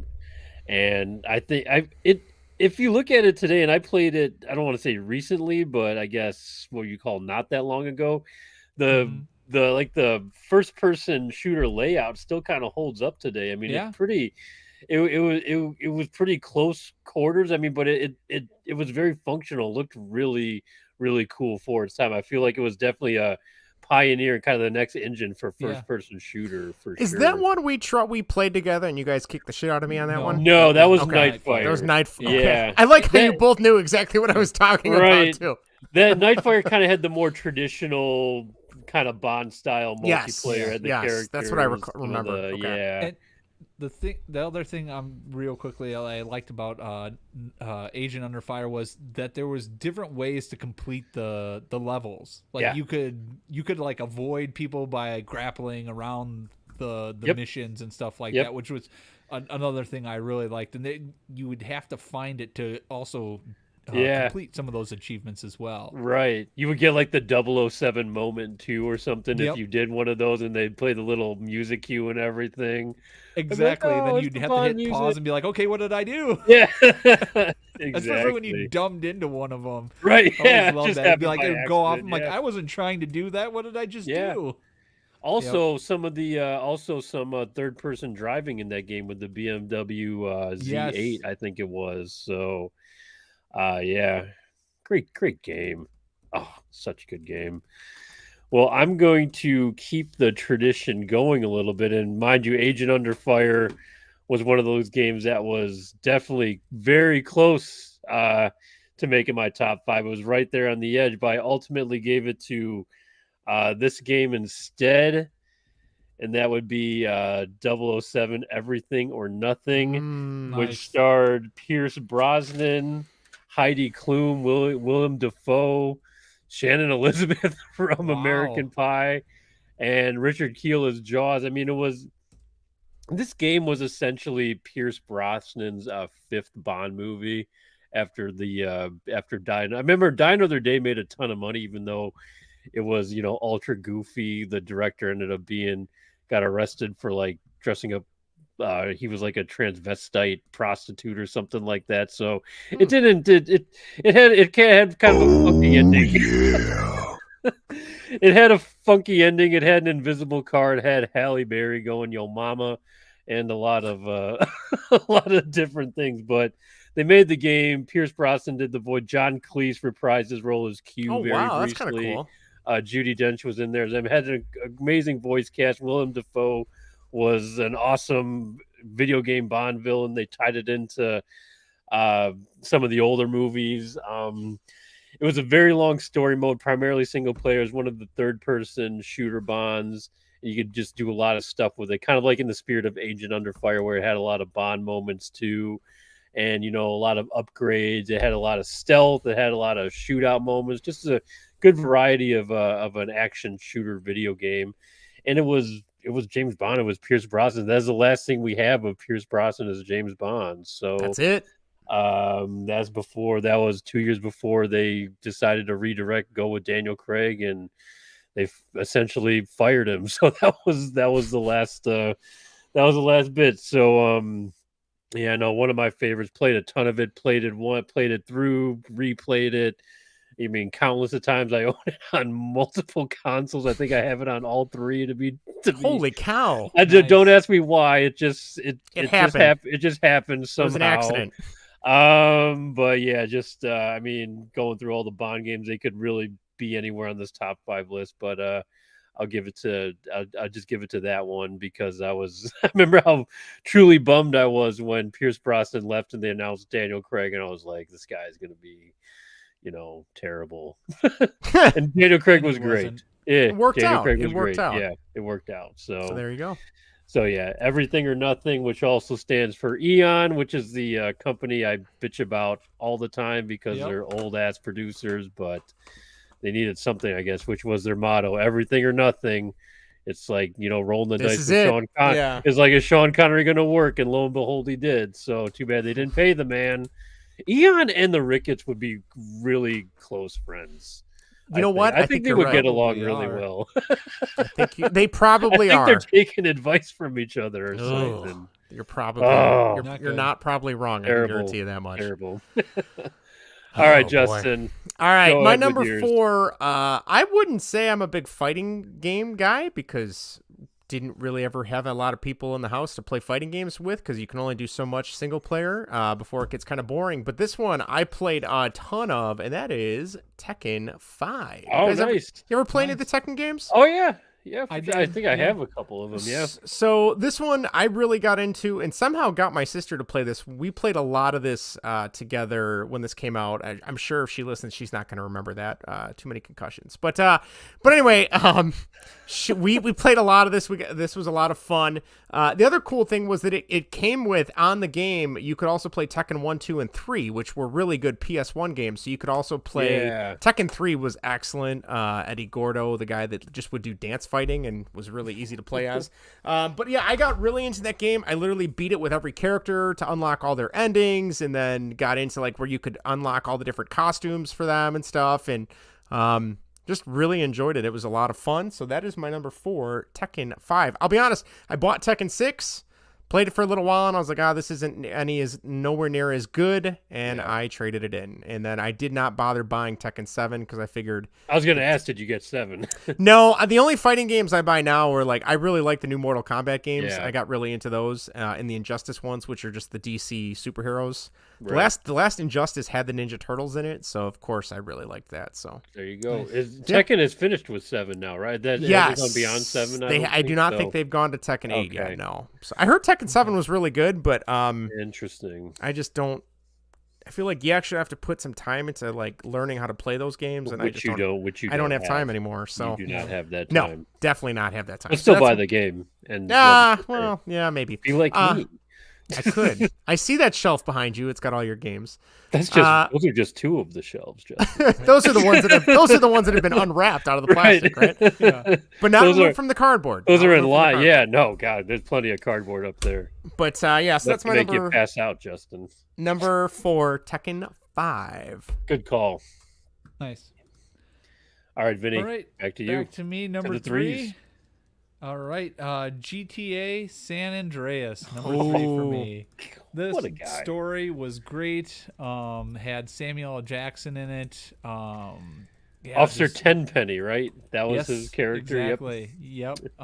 So good. Yeah, the story was fantastic. Took you to LA, San Francisco, Las Vegas. Yep. It's phenomenal. You're running around Area 51 or Area 69 as they call it there. That's right. Yeah, it was really good. The Hoover Dam was in it. That's right. Yeah, I loved everything about that game. The map seemed absolutely ginormous, but then like looking at it now, comparing it to GTA 5, or is it 5? Right? Yeah, 5. Yeah, 5. Yeah. The map is like tiny compared to it, but they did a good job on the way they kind of like hid being able to see everything by adding fog. You know and what? Stuff like that. You're absolutely right about that because I think physically the scale of the newer games are larger. Mm-hmm. But San Andreas, you look at those videos and you see video game map sizes and one's bigger than the next or whatever. Mm-hmm. Some are insanely huge. But I always say, I know it's might sound kind of goofy, but the San Andreas map had heart to it. They put the time. I mean, it was smaller, but there was. I mean, you just mentioned so much of the locations. I mean, just the amount of places the buildings you could go in. I mean, just with Cluckenbell or Burger Shot or anything. Oh yeah, you can't do that in the new. You can barely do that in the new games. I know the gym or anything like that. The remasters came out last year, and I think they got rid of a lot of the fog to show it to hide how big or small the map was. Yeah, and they said you can literally, if you're up in the air, you can just see the other side of the map. It kind of breaks it a little bit because as a kid, or not as a kid, but back in the day, you would think those maps were just gigantic because it took so long to get across them. They felt like they are for sure, without a doubt. I think they put that back in though because they realized how they realized the mistake they made. Yeah, I don't know if those games are the definitive edition is quite where it needs to be. No, I've heard it's gotten a lot better, and I think I saw it on sale for like $30, and I'm like, I'd rather play newer stuff. Might be a Black Friday one. Yeah, I think you're right. Sorry, go ahead, Vinny. Sorry. No, but like you guys said, being able to go into places or work out, that was all new. For the change your character stats. Series. Yeah. Yep. Making them buff or making them fat. Yep. CJ, and then at the end of the game when you're trying to hold down your turf. They had gang turfs that you would hold on to. There was just a lot in that game that you could do that I absolutely loved. And the maps were, the detail that they had on, for each location was phenomenal. San Francisco was awesome. Oh yeah. I wish I would do another game there. That was great. Yeah. The Golden Gate Bridge. Las Vegas was cool as well. Going into the casinos and stuff like that. There's just so much that was great about that game. So I had to put that number 3 on my list. Oh, for sure. When I got GTA 5, when I realized it was only Los Santos, but the map was going to be huge, I'm just like, it's great, but there's so much emptiness. There's this whole, country. There's 75% of the map is just countryside, which is, don't get me wrong, it looks beautiful. It's great. It's open. There's a lot to do, but like you said, Vinny, they had Vegas, they had San Francisco. Almost like 3 maps in one, really, that interconnected. Yeah. So, it almost felt limitless. San Andreas map, where the newer ones still feel, or at least GTA 5 still felt constricting, which is the problem I had with it. But no, I couldn't agree. That's still my favorite Grand Theft Auto game by far. So it's a good one. Yep. My number 3, because we are baseball pod right over here, I suppose. I'm going to go with MVP Baseball 2005, probably the baseball game that I have played the most. It's just the countless dynasty modes where I would set my concession prices and all that, and gain revenue, sign players, play at the Cornfield Stadium if I wanted to. Was one of the first build your own ballpark, took MLB The Show. Like 20 years to get that mode going when MVP was right there from the start. It had one of the greatest intros, one of the greatest soundtracks. They had Dropkick Murphys. They had the Do Nots. Yes. We Got the Noise in the beginning, one of the greatest video game intros.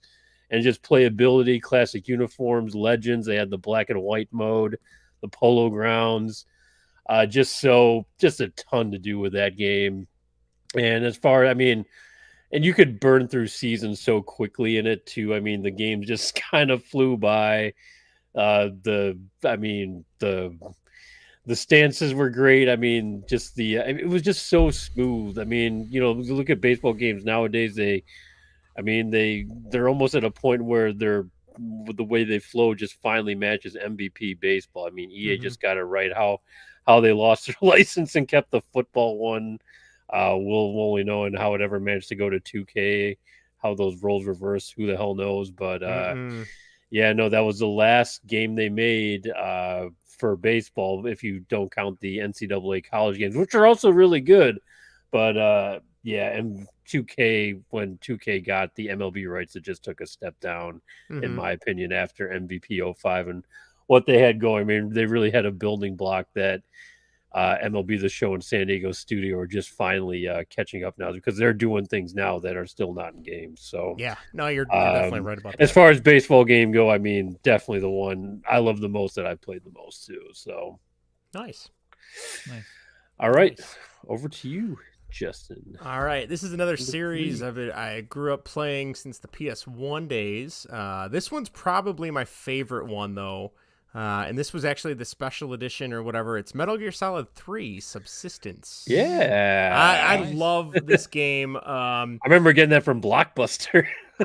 This is one, this whole list has been games like that I've actually gone back to, that I liked them so much I went back to recently. So this is one I've played through it at least 3 or 4 times. I love the fact that it takes place during the Cold War. They're referencing, the Iron Curtain and Khrushchev and, trying to work in like the real actual nonfiction of that time period into like their goofy fictional game.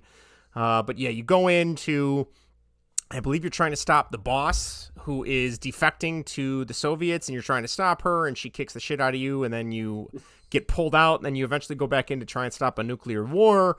One of the coolest things is there's a sniper battle. I don't know if you guys remember. I think the character's name is The End. I want to say that's his name. I can't remember now. But he's a sniper, and in the game it makes sense, but in real life it wouldn't. He's like a 95-year-old man that like knows how to like lay perfectly still for like weeks because he's a sniper. But one of the easy ways you could beat him if you didn't want to actually play this like 20-30 minute long boss battle is you could just turn your PS2 on and speed up the game clock to like 100 years into the future, and then you would go back to the game and he'd be dead. Yeah, like I never did that because I always liked sneaking through the forest in the Soviet Union and like using the trying to come up behind him and stuff. But that was really cool. The storyline itself is awesome. There's actually some cool like real life stuff that they work in. And it's a Metal Gear Solid game, so overall it's just really good. David Hayter as Snake in this game is awesome, and then also all the extra special features, like this version had the behind the back camera, which made it a little bit easier. Just overall fun game, one of my favorients. So there you go, Metal Gear Solid 3 Metal Gear Solid, also a good game. I was talking in tongues there for a second. Bad game. That's the bad one. You don't want that's a dollar store knockoff. So yeah, exactly. So there you go. All right, getting down on the wire here, we'll go to the number 2s right now. So Vinny, number 2 on your list. 2 for me. Mario Kart Double Dash. Oh, just hearing that game makes me want to cry. Oh, because of you two assholes playing it, and we'll play it more on vacation. I'm sure we will. Oh yes. Oh shit. Yes. This was an awesome game. Having the 2 players and having the different combinations with the 2 riders. Set up. If you do two Koopas, it would be you get a lot of shells. Yep. Or 2 Toad and Mist. Toadette. I don't know who. Yeah, Toadette. There you go. You get a bunch of mushrooms. Yep. I love that aspect of it. The vehicles had their own characteristics. Yep. And abilities, which was great. The maps were awesome. There were a bunch of hidden tracks that, or I guess hidden secret passages that you can take in races and stuff like that. Yes, there we go. Shortcuts is what I was looking for. I loved it. A lot of time spent playing that game with my friends during school, or I guess on the weekends and stuff like that. And Baby Park is probably one of the greatest parks ever. You can be in last place, and it comes down to the last lap, and you will still win. Usually, it's better to be in last going into that last lap than in first place. Because a blue shell's coming around that could take off half the grid. I swear to God, if Baby Park comes up once when we play that damn game in July on our family vacation, I'm gonna snap. You guys kick the shit out of me every time we played that track. Oh, Baby Park we will be racing. Every time I'm like, oh, this is such an easy track. I got this. And then by you gotta get the third lap, you just you gotta get your turns right, Justin. Yeah, so the drifting. Watch out for those blue shells. So yeah, they get you every time. Stay clear. Get you every time. So there you go. I wish there was some sort of double dash mode that would come back in the newer Mario Kart games or something, because that magic, I wish was somehow recaptured, because that was really something special. So that they haven't done since. But yeah, one of my faves too. Number 2 on my list. I feel like I'm one step behind Vinnie here, but Grand Theft Auto San Andreas for my number 2. I believe it is not the first. The first Grand Theft Auto game I ever played was Grand Theft Auto 3, when they finally went third person, 3D, and everything. Oh, you didn't play the ones on PS1? I did not. I came back later on. So I remember I played Grand Theft Auto 3 at. I remember Pete Erickson was a kid I used to hang out in, like, school or whatever. He lived in Wilmette, had a mansion. But he had Grand Theft Auto 3. And I was like, oh my God, this game's awesome. You can go around and shoot, whatever else. I was totally unfamiliar with it. And then when I got my PS2, I got the next Grand Theft Auto San Andreas. I'm like, oh, this is a little different. It's not because it wasn't in Liberty City or whatever. And then it only took about, 2 missions in before I was completely hooked on this game. And, it was challenging at some parts. I mean, just the overall experience I remember was awesome. And it's one of those, it's probably the only Grand Theft Auto game I've went back and beaten, several different times, because I bought it on the Xbox 360 when they did a release for that. Even though it was the exact same game, I was playing the 360 a lot. So I bought the copy for that, beat it on that. Then I got it for the PS4 and everything, beat it on that. And maybe one day on the, Switch, if the definitive edition ever gets their shit together, I'll play it again on that. So, but just for all the points Vinny said before and everything else, Justin, I know you haven't played this one yet. No, San Andreas is the only one I haven't played. I know you're a Vice City guy, but you're missing out. I mean, This isn't a top tier class. That's one of the reasons, if I do pick up that remaster, that would be the reason. But it's like you gotta. I know they changed a lot with it. It's almost like you need the original copy. Yeah, of it, I mean, I know some of the music changed too because of they couldn't get the rights to some of the songs on like K-Dust and stuff like that. I'm like, that was my favorite station. And see, that would be a bummer, because I feel like this being in the 90s, like I would love all the 90s hip hop and the 90s alternative stuff and stuff like that. So so good, such a great game. Yeah, one I could really turn on whenever and just play a mission, or just ride my motorcycle on the desert runway and do a bunch of crazy stunts. So a lot to do, a lot of fun. So nice. Very nice. All right, Justin. All right, this one might be one you guys have never heard of. I'll be curious if you've heard of this game or not. Okay. This was like one of the first. This might have been like the first PS2 game I rented and then bought because it was so good. It's sci-fi shooter, takes place on Mars, and that is Red Faction. Oh yeah. I know. See here, I thought I had like a diamond in the rough for you. Yeah. No, but that game, as somebody who has really never played Halo but likes the first-person shooter stuff, loved how it was the sci-fi. I think your guy's name is Parker. You come from Earth, you are looking for a job, so they need miners on Mars, and then when you get there, you realize it's like pretty much indentured servitude to an extreme, because the guards beat you once, they pay your ride there, and then you're stuck there, and it's literally, they start a rebellion, and they overthrow the Mars government. The cool thing was, though, is they had this thing called Geomod in it, which the developers, anything that was rock or ground based, like you could literally blow it up and just work your way around it. So like if there was a door that you didn't have a key card to, or you couldn't find the key card, you literally could just get a bunch of rockets and blow around the door and then walk around it. I remember there's one spot where like there's this giant convoy coming along a bridge, and there's like tanks and stuff, and it's like, shit, I don't have enough weapons, and it's like, well, I wonder if I just blow up that chunk of the bridge, and then literally the bridge just falls with the convoy. Like, so the fact I'd never seen that before in a video game, I thought that was really cool. Had a multiplayer I played with some friends all the time. There's a sniper rifle. I think it was like a rail gun.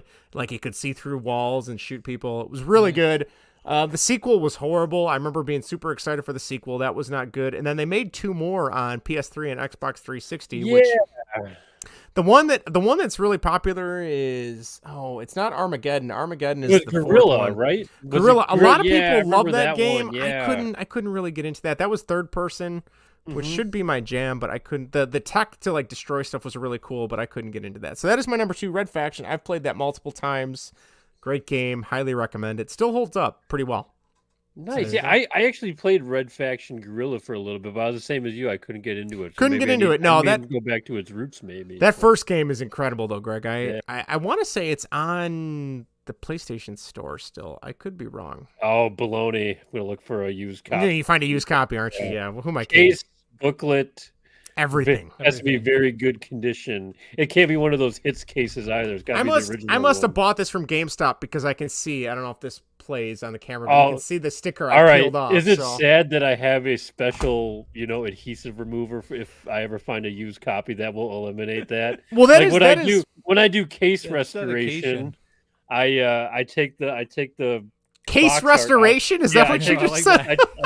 I take the box art, I take the disc, I put it separately, and then I have my little workbench there where I apply the adhesive remover to get any old tags off of it or anything, so it looks mint, and then I clean the inside of it. Well, see, I just peel it off and then hope for the best. But that's just dedication there, Greg. That is a level of dedication that I really appreciate. No, but if it's going to be used and I want a copy of it, I will restore it back. It will be restored. It will restored. We go for like new over here. So like new. Got it. Like new. That's why he's over there and I'm over here. Over there. Touche. Yep. Oh, it's so good. All right, down to the ones. Go ahead, Vinny. Number 1 for me. I'm sure, Greg, you probably have it in your mind on what it probably is, but it is Star Wars Battlefront 2. How did I know? Right? I've talked about this game and ad nauseum on this podcast. It was absolutely perfect. Loved everything about it. The missions, the story mode, the extra battles you could do, just everything about it was great from a Star Wars perspective. The flying they perfected in it from 1. The space battles were awesome. I've talked about this game so much I don't know what else I can add to it at this point. We all knew it was coming, so yep, I loved it. It was my number 1. That was the easiest one to lock in. So Star Wars Battlefront 2, my number 1. Oh, classic. And you bought a copy of that recently, didn't you? I did, yeah. You did. I have awesome. it. Yep. I now, did you wash off all the crap that was on there too, or no? No, I got on eBay for like dirt cheap. Okay. I don't care as long as the game works. That's all that matters. Did it come with the case or is it disc? It did come with a case. I did buy a copy of what was it? Call of Duty Modern Warfare 1. It came in a sleeve. And that one did not work. I can only get to the first mission and it would stop working. And what the hell? What the hell? Give that guy negative feedback. Yeah. Absolutely. God. I waited. My problem was I waited too long to play the game. And by the time I played it, the return policy had expired. And I was like, darn it. Damn it. So I learned my lesson now. If I buy a game on eBay to play it, at least put it in right away. Yeah. But the thing was, it worked. It would just you wouldn't have known. Get past the certain point. Yeah, that sucks. I don't have the time. I don't have the time to run through an entire game. No, and nor should you. No, you should. No, not at all. Not at all. Well, if you need help with that Battlefront 2 case, Vinny, if it's got a little scuff, schmutz on it, you can get a little schmutz. Yeah. We do schmutz removal here. So. All right. Is it just goof off? Is that you use? Or do you have a Hey, you're gonna spoil my secret. No, I've used that. I've used that before. Right? Not on cases. No, I do have goof off, but you got to be careful. Like you don't want to get it on the cover, right? I'm picturing Greg like Walter White, like in Breaking Bad when he's got the underground laboratory, stripping stuff down. Yeah, stripping down. He's wearing like a putting a suit and everything. Yep. Yeah. I can see that. Right off camera is all his test tubes and vials of things he's using to clean his cases. With bare hands, he's got tongs and stuff. Yeah, exactly. Pulls the paper out. I've got the white gloves. We cook my way. Right. Yeah, I have to suit up like I'm going to the Vatican Library or something to read the text. So, oh God. Anywho, my number one is mentioned earlier, but easy number one for me. Mario Kart Double Dash. Be ready, Justin. This is coming to you. Can we? You know what? Why don't we bring the Switch and play the Switch version? Because that way I still have a fighting chance. Because I think I can beat you guys on the Switch version. I've played a lot of Mario Kart 8 Deluxe. I think I have a chance on that one. We'll bring that one too. Toad and Yoshi are my guys. You can even team up if you want, Justin, since it is Double Dash. Like it can be you and another person if you just. Now you're like you're pitying me a little bit. You have to have a good teammate. That's the problem with besides you two playing games. We're not going to be your teammates. I was going to say. Thanks, you're going to give me. No, it's Erica. not going to be one of us. We are controlling our own. I'm just saying that because I know she's listening. No, she actually isn't too bad at Mario Kart. She's played. I think she got really into Mario Kart on the phone. And then I'm like, hey, we got the one on the Switch. I'm like, let's play. And she's like, no. I'm like, well, it's better than the phone, but no, she likes the phone one. So still likes the phone one, huh? I don't know when the last time she played it, but that was actually done pretty well. It was done pretty well. I would agree. Fun. But yeah, Mario Kart Double Dash. I mean, just one played a time. It's the game like my sister's the only video game they wanted to play with me other than Mario Party 5, which is also in the honorable mention. It was Mario Kart Double Dash, and we just played a ton of multiplayer. It was fun doing the cups and everything, getting all great unlockables in that game, cards, characters, the whole shebang. Maybe my favorite Rainbow Road out of all of them. I mean, you really got to be careful because otherwise you are going down off of it. So with all the boost pads and everything, but I know I really love like you said, Justin, I really love the Switch one and everything. It's got a ton of stuff. But for me, Mario there's something Kart, about this one, there's something about this one that I just, it's just never, it hasn't been top for me yet, and I can't see it happening when it comes to Mario Kart at least. So, without question, my number one, the first game I went to. So nice, very nice. All right. Here we go. We're gonna deep dive on this one because you're gonna see just how obsessed my buddy and I were at this game. So, and I think I've told you a little bit about. I know which one's coming. I will admit the first game could have been number 2, but I wanted to switch it up. Otherwise, it would have just been half of this series. But my number one. With a bullet, my friend Matt and I, I texted him today. I said, "Hey, we're doing PS2 games. I need a list," and his two are on here too. But that is Socom 2 US Navy Seals. There it is. The amount of time that was put into this game in junior and senior year of high school, I don't want to openly admit because I would sound like I had a problem. I think I've already admitted that. Podcast. So, a couple things. First of all, the single player is pretty good. I think the single player in the first game is better, but in terms of online play, they nailed it. You could create your clan. They set it up so you knew where your clan members were. If they were online the first game, you just kind of had to say, "Hey, we're going to meet in this server." This one was a little bit different. The clan wars and clan tryouts, and the maps are excellent. The gunplay, the seals, or if you're a terrorist, the music is excellent. Like, I can still probably tell you every single map and where to go, for good spots. Every Friday night and Saturday night, our clan, what were we called? Hold on, let me think. Foxhound. After Metal Gear Solid, Foxhound was the group there. We were FH. That was our clan tag. Everyone had FH in front of their names. I built a website for our clan. That we would post on other gaming message boards, getting people to apply to join our clan.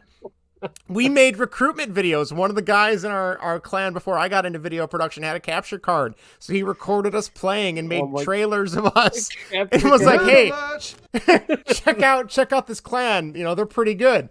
And Yeah, it was incredible. I might have told the story already, but so my friend Matt and I, we would have our clan wars every single night, Friday night at midnight and Saturday night at midnight. And luckily we would get like 2 clan wars, because the first one would take till about 1:30, and then we'd play until about 3, and then we'd go to bed. He would bring his TV and set up his TV in the basement next to mine so we could see each other's screens. And then after a while, my dad's like, you know what, I feel bad him lugging his TV here. He just put another TV in the basement for him, because he was over at our house every weekend, pretty much staying the night. Pretty much lived there, so. Yeah, or I would go to his house and play it. But I still remember to this day, now we're talking junior year and senior year of high school, like time of your life. You should be enjoying those times.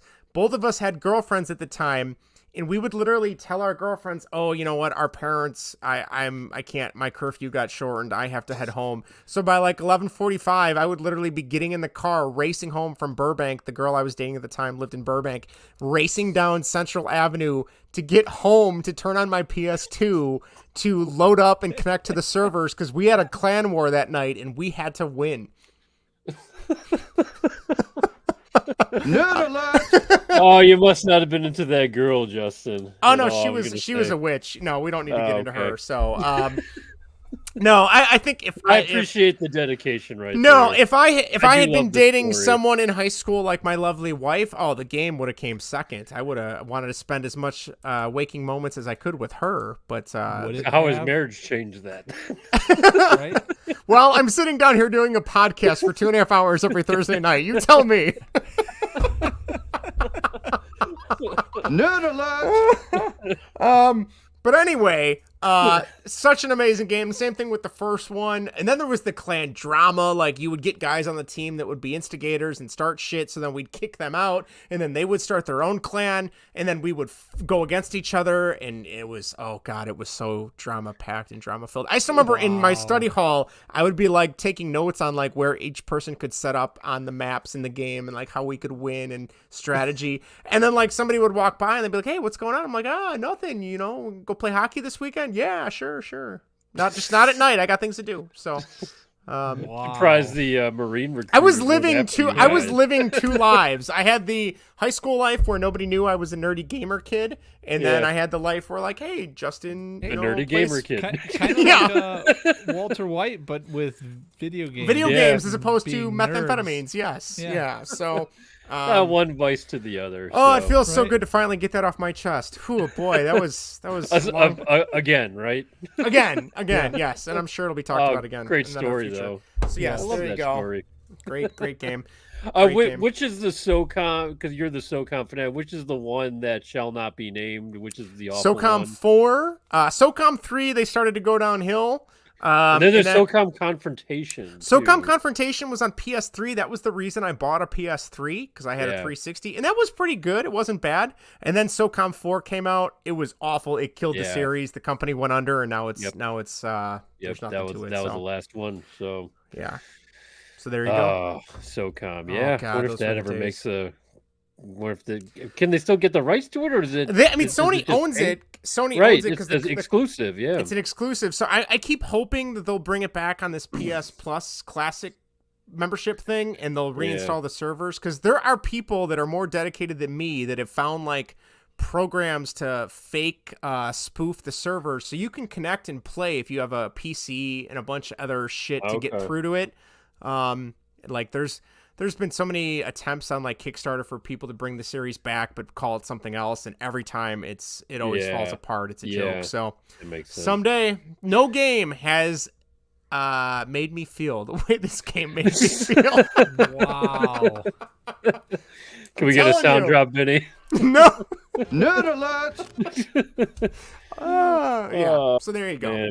Any honorable mentions, guys? What do you? Do you want me to run through? I got a bunch. You go last, Justin, because I know fair enough. you're going to be reading the dictionary over there. So you go ahead, Vinny. Okay, I'll run through my list. Halo, Halo 2, Star Wars Battlefront, the first one, Medal of Honor, Rising Sun, Medal of Honor Frontline, NHL Hits, 007 Nightfire, Mario Tennis, FIFA 06, Killzone, God of War 1, God of War 2, Bully, Guitar Hero 2 and Simpsons Road Rage. There it is. Oh, that's a good one. Yeah. I liked that one. I was waiting for that one to show up on I liked that more than Hit and Run. Hit and Run had too much.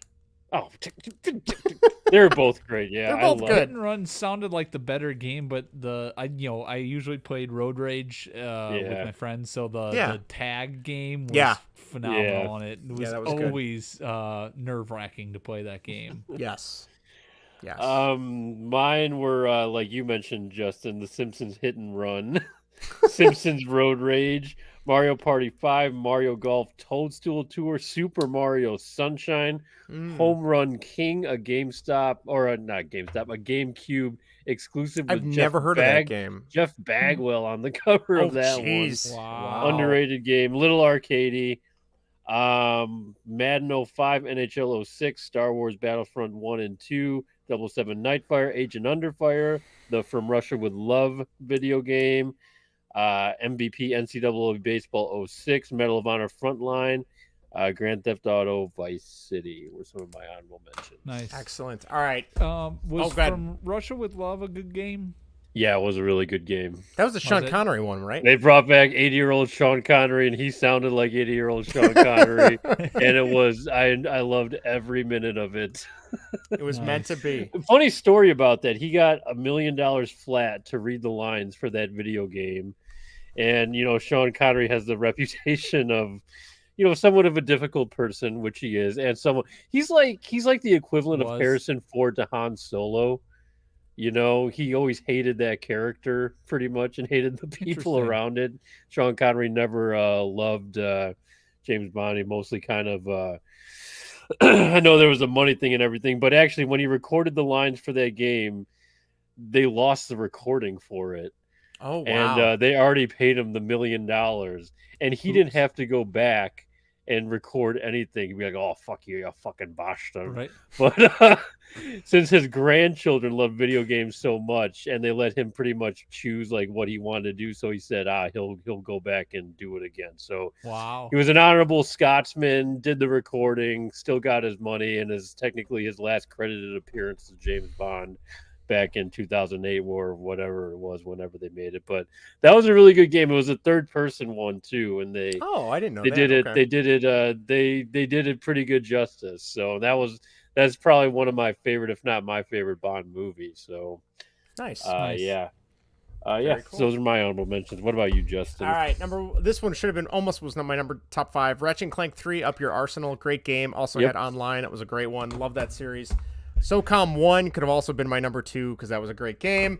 Grand Theft Auto Vice City, probably my favorite Grand Theft Auto just because I love the 80s style and music. Final Fantasy X, good Final Fantasy game. First one with actual, what am I trying to say? Dialogue that was heard. Otherwise, it was always just reading. Yeah, it was just text dialogue before, Grand Theft Auto 3, I remember buying this freshman year of high school and just being blown away because I loved Grand Theft Auto 1 and 2. I had those, and I would just, drive around running people over, stuff like that. And look how I turned out.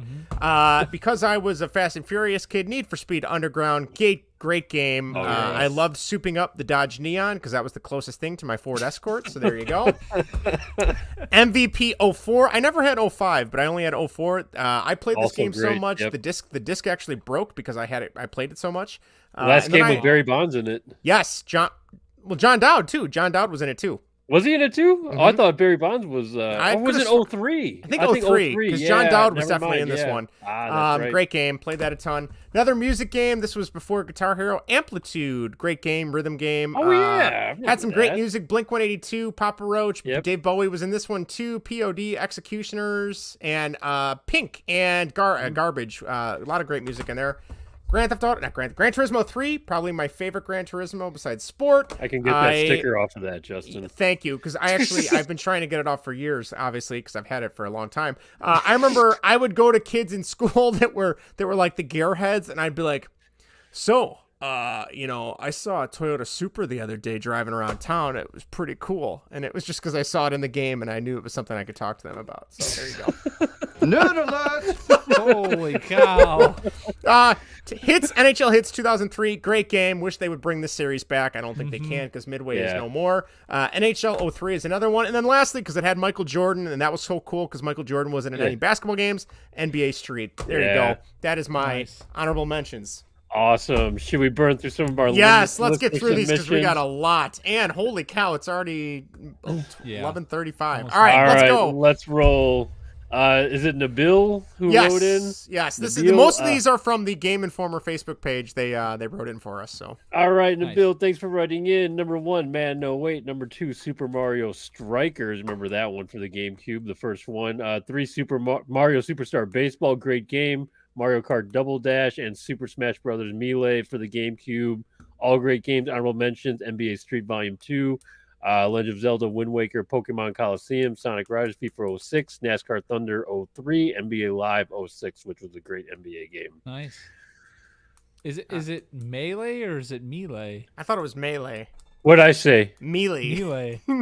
Melee. Yeah, Melee. Did you say Melee? I said Melee. Oh, I usually say Melee, but is it Melee? Maybe you said Melee. Melee? Yeah, I think so. It's all right. I say Melee. I'm just glad Vinny's calling you on shit instead of just me. Usually it's just me. Melee. So.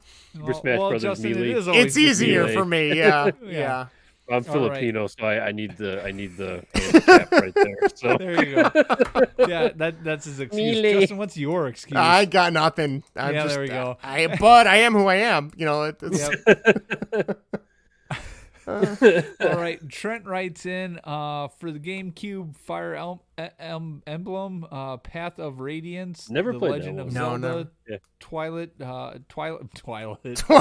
Toilet Princess. Oh, I'm so glad that someone else is making mistakes now. Twilight Princess, Metroid Prime, The Legend of Zelda, The Wind Waker, and Luigi's Mansion for the PS2.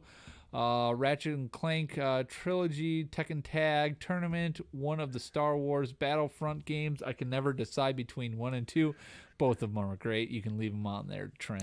You know, this is going to be blasphemy, and I can already see Vinny's eyes popping out of his head when I finish saying this because it's his number 1. I rented both of those, and they were fine. But but compared to Socom, they couldn't hold a candle. They couldn't.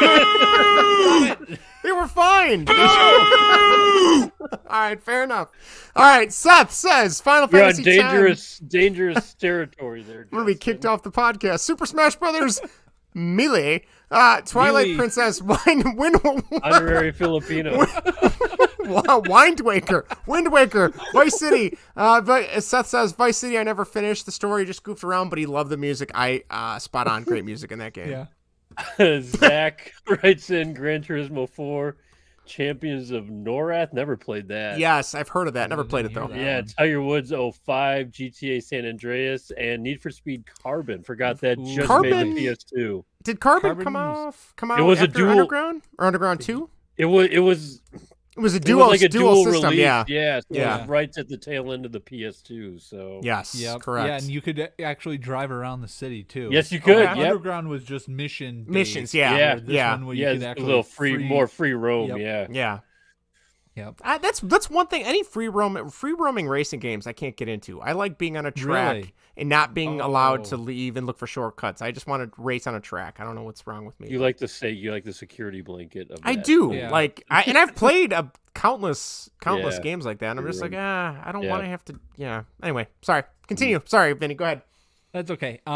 Matt, as long as you're not bashing Battlefront. No, Matt, you can no. talk all you want. Just not Battlefront, yes. Yeah. Matt writes in SOCOM 1, SOCOM 2, GTA Vice City, and GTA 3. He also texted me today, and he included Twisted Metal 2 and Driver 2, but I believe both those were PS1 games. I didn't have the heart to tell him that. So, but no, we played a lot of Driver 2 together, driving around, sneaking into Wrigley Field and getting the Chevelle, that's in the basement of Wrigley Field. So, all right, Brian writes in Kingdom Hearts, Makai Kingdom, Twilight Princess, Second Sight, Time Splitters Future Perfect, and honorable mentions to Shadow Hearts Covenant. He said, I never beat it, but I also dug its style. So thank you, Brian. Awesome. Chris wrote in Jak and Daxter, the Precursor Legacy. I actually never played that. That's the first one. It was okay. I couldn't get into it. Luigi's Mansion, played plenty of that. Fable, The Lost Chapters, Halo 2, and Kingdom Hearts 2. Still new to Kingdom Hearts also a little bit. Got the latest one. It's like a mixture of like anime, and then the new ones have like Disney characters in them. It's a little... Okay, that's what it's a little... would you call it Final Fantasy? I'm not. There's Final Fantasy characters in it. Yeah. Yeah. So I couldn't get into that. I tried. It's just kind of like RPG adventure sort of thing. A lot of big fantasy element involved. So yes, I bought the trilogy because it was on sale. Of course you did, Greg. Couldn't help it. The autopilot kicked on. Damn autopilot. Steven writes in, is it your turn, Justin, or is it mine? I think it's your turn. It's your turn, Vinny. Go ahead. All right. Steven writes in, Cold Winter, Max Payne, Fable, Halo, Blood Rain. I've never played Fable. I don't know. Fable, I played the first one. Or Cold Winter. Cold Winter, I think, was like a sci-fi espionage, kind of like Metal Gear Solid. I want to say. Okay. Those are deep cuts. I don't know. Yeah, that's a pretty deep list. I don't know Blood Rain either. I thought Max Payne was PS1. Is that No, PS2? I think 1 and 2 were PS2, and I want to say Max Payne 3 was PS3, Xbox 360. Yeah. Yep. I remember them being good. They're re-releasing those or remastering those too. I wouldn't mind trying those again. I didn't really play them too much, but Emmanuel writes in, says Kingdom Hearts, Okami, GTA Vice City, Jak and Daxter, and Sly 2. The Sly Cooper games were pretty cool from what I remember. I think I had the remastered collection on PS3, so there you go. Zach H. writes in Metal Gear Solid, Kingdom Hearts 2, Metroid Prime, Legend of Zelda, Twilight Princess, and Halo 2. Good list. There you go. Simone writes in... Simeon, I'm guessing. Simeon? Yeah. Simeon? Marcus Simeon. There you go. Is it? No, it's not him. He did not write it. Kingdom Hey, you don't know that, Justin. That's true. That's true. Kingdom Hearts 2 Ultimate Spider-Man Tales of Symphonia. Yep. Was that all one game? Yes, that is one game. Tales of Symphonia? That was Spider-Man. No, that's not what's... No, it's not Spider-Man Tales of that's Symphonia. its own game, yeah. No. Sonic Adventure 2, Dragon Ball Z, Budokai 3. Okay. Are those all separate? Wait. No, Dragon Ball Z Budokai 3, I think, is it's just a thought. Dragon Ball Z game, if I'm not mistaken. Daniel writes in, Metroid Prime. I keep waiting for them to re-release those because I never played those. I want to try that. Halo, Shadow of the Colossus, Prince of Persia, Sands of Time, and SSX 3. SSX was a good series, too. I remember that. So. For sure. Michael Jordan writes in Persona 4. Final Fantasy 10 is X10. I don't know my yes, it is. rules. Shadow of the Colossus, Kingdom Hearts 2, and Metal Gear Solid 2. Okay. Nice. Andrew writes in Sly 2, Silent Hill 2, Silent Hill 3, Psychonauts, and Resident Evil 4. They just released the sequel last year. Did they really? Yeah, it came out on PS4 and Xbox One. Wow, I gotta look into that. It was like a 15-year gap, I think. Fan right there, yeah.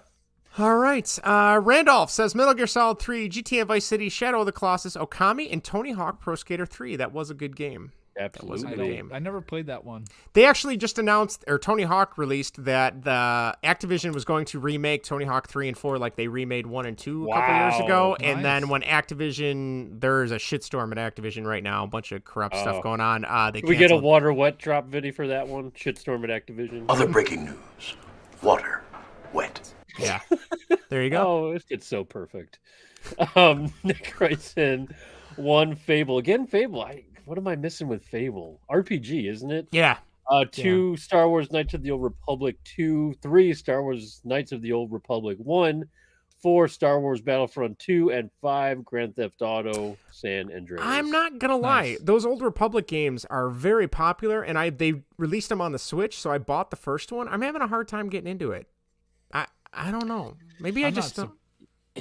Other breaking news. Water wet. I mean, I would say it's probably better than Battlefront, but I hate you. But I love you, Vinny. You gotta say it like Anakin. I hate you. I'm gonna have to have a sound drop for that. Right. Just giving him homework for the week. Right. All right, is it my turn? Oh, but he can have it ready in seconds, I'm sure. I'm sure. If he wanted to, he'd have it ready by the end of the pod. If I wanted to. He'll have it mapped to He'll map to a button and everything. Right. Is it my turn? I don't even know whose turn it is. It's Vinny's turn. Vinny's turn? All right. William writes in MGS3. What's that? Metal Gear Solid 3. Oh, okay. Spider-Man 2, Star Wars Battlefront 2. Good job. Burnout 3 and Kessian. Okay. What's Kessian? Kessian, I believe was like was it a horse game? Something with horses. I don't know if you rode horses in like Ancient Samurai. Samurai. That's the one I was going to say. I thought it was like Japanese Samurai. I thought it was Japanese Samurai, so. and I thought there was a horse component to it. Jacob writes in Vice City, Mario Sunshine, 007 Nightfire, Splinter Cell, and the Tony Hawk games. Splinter Cell, that original Splinter Cell is a great game. You're a Splinter Cell guy, Justin. I am. I played it on the remake for not the HD collection on PS3, but yeah, very good game. Dr. Mantis Toboggan, number 1, Super Smash Brothers, Melee. Oops, handicap. Number 2, Halo. Number 3, Mario Kart Double Dash. I'm loving this list. 4, Star Wars Battlefront, and 5, Grand Theft Auto San Andreas. Solid. Nice. Jaybird, last submission here. Let's see. Number 1, SOCOM. Number 2, NHL Hits 2002. Number 3, Rising Sun, Medal of Honor. Number 4, Mario Kart. Number 5, Halo. And honorable mentions, Medal of Honor Frontline and Star Wars Battlefront. I just want to call out that SOCOM is rated higher than Battlefront in this one, just so we're aware. But all right. Anyway, that does it, I guess, huh? That is it for whatever. Longest show We are ever. breaking our own record every single night. All right. Well, if you're still with us, I hope you guys enjoyed that. We'll be back again next week. Please write in and tell us why I'm wrong and why Battlefield is much better than I remember. I mean, it's not bad. Even Battlefield's terrible. I'm gonna kill you. Anyway, write in and tell me why Battlefront is better than I mean, it's a good game. It's not bad. Do you even like Star Wars, Joe? No, I'll be honest. I hated Star Wars, and then I wanted you guys to befriend me since I married into the family. And I had to start watching all the Star Wars bullshit just so I could have stuff to say to you guys when I saw you. All right. Final thoughts, YouTube channel, Baseball and Whatever. Search us there, youtube.com/baseball and whatever. Baseball and What is our Twitter handle. Instagram @baseball and whatever. Baseball and Whatever @gmail.com. Facebook.com/baseball and whatever. We are available on all podcast apps, Apple, Spotify, Google, iHeartRadio, Spreaker, Anchor, and whatever else you want to listen to. Google Podcasts, I guess, is one out there. And lastly, either text us or leave us a voicemail at 1-913-808-3278. That number again is 1-913-808-FART. It has been a pleasure, gentlemen, to chat with you again. Always. We'll see what next week brings. I feel about that. Don't worry, Vinny. I'll make it up to you. All right. On that note, we will see. I don't know how. I'll make some good. Oh yeah. I was gonna say I'll make some sound bites for you, but never mind. Yeah. We'll be back next week with more fun and tomfoolery on Baseball and Whatever. See you guys next week. Take care, everyone. See ya. Whoop. We're still broadcasting.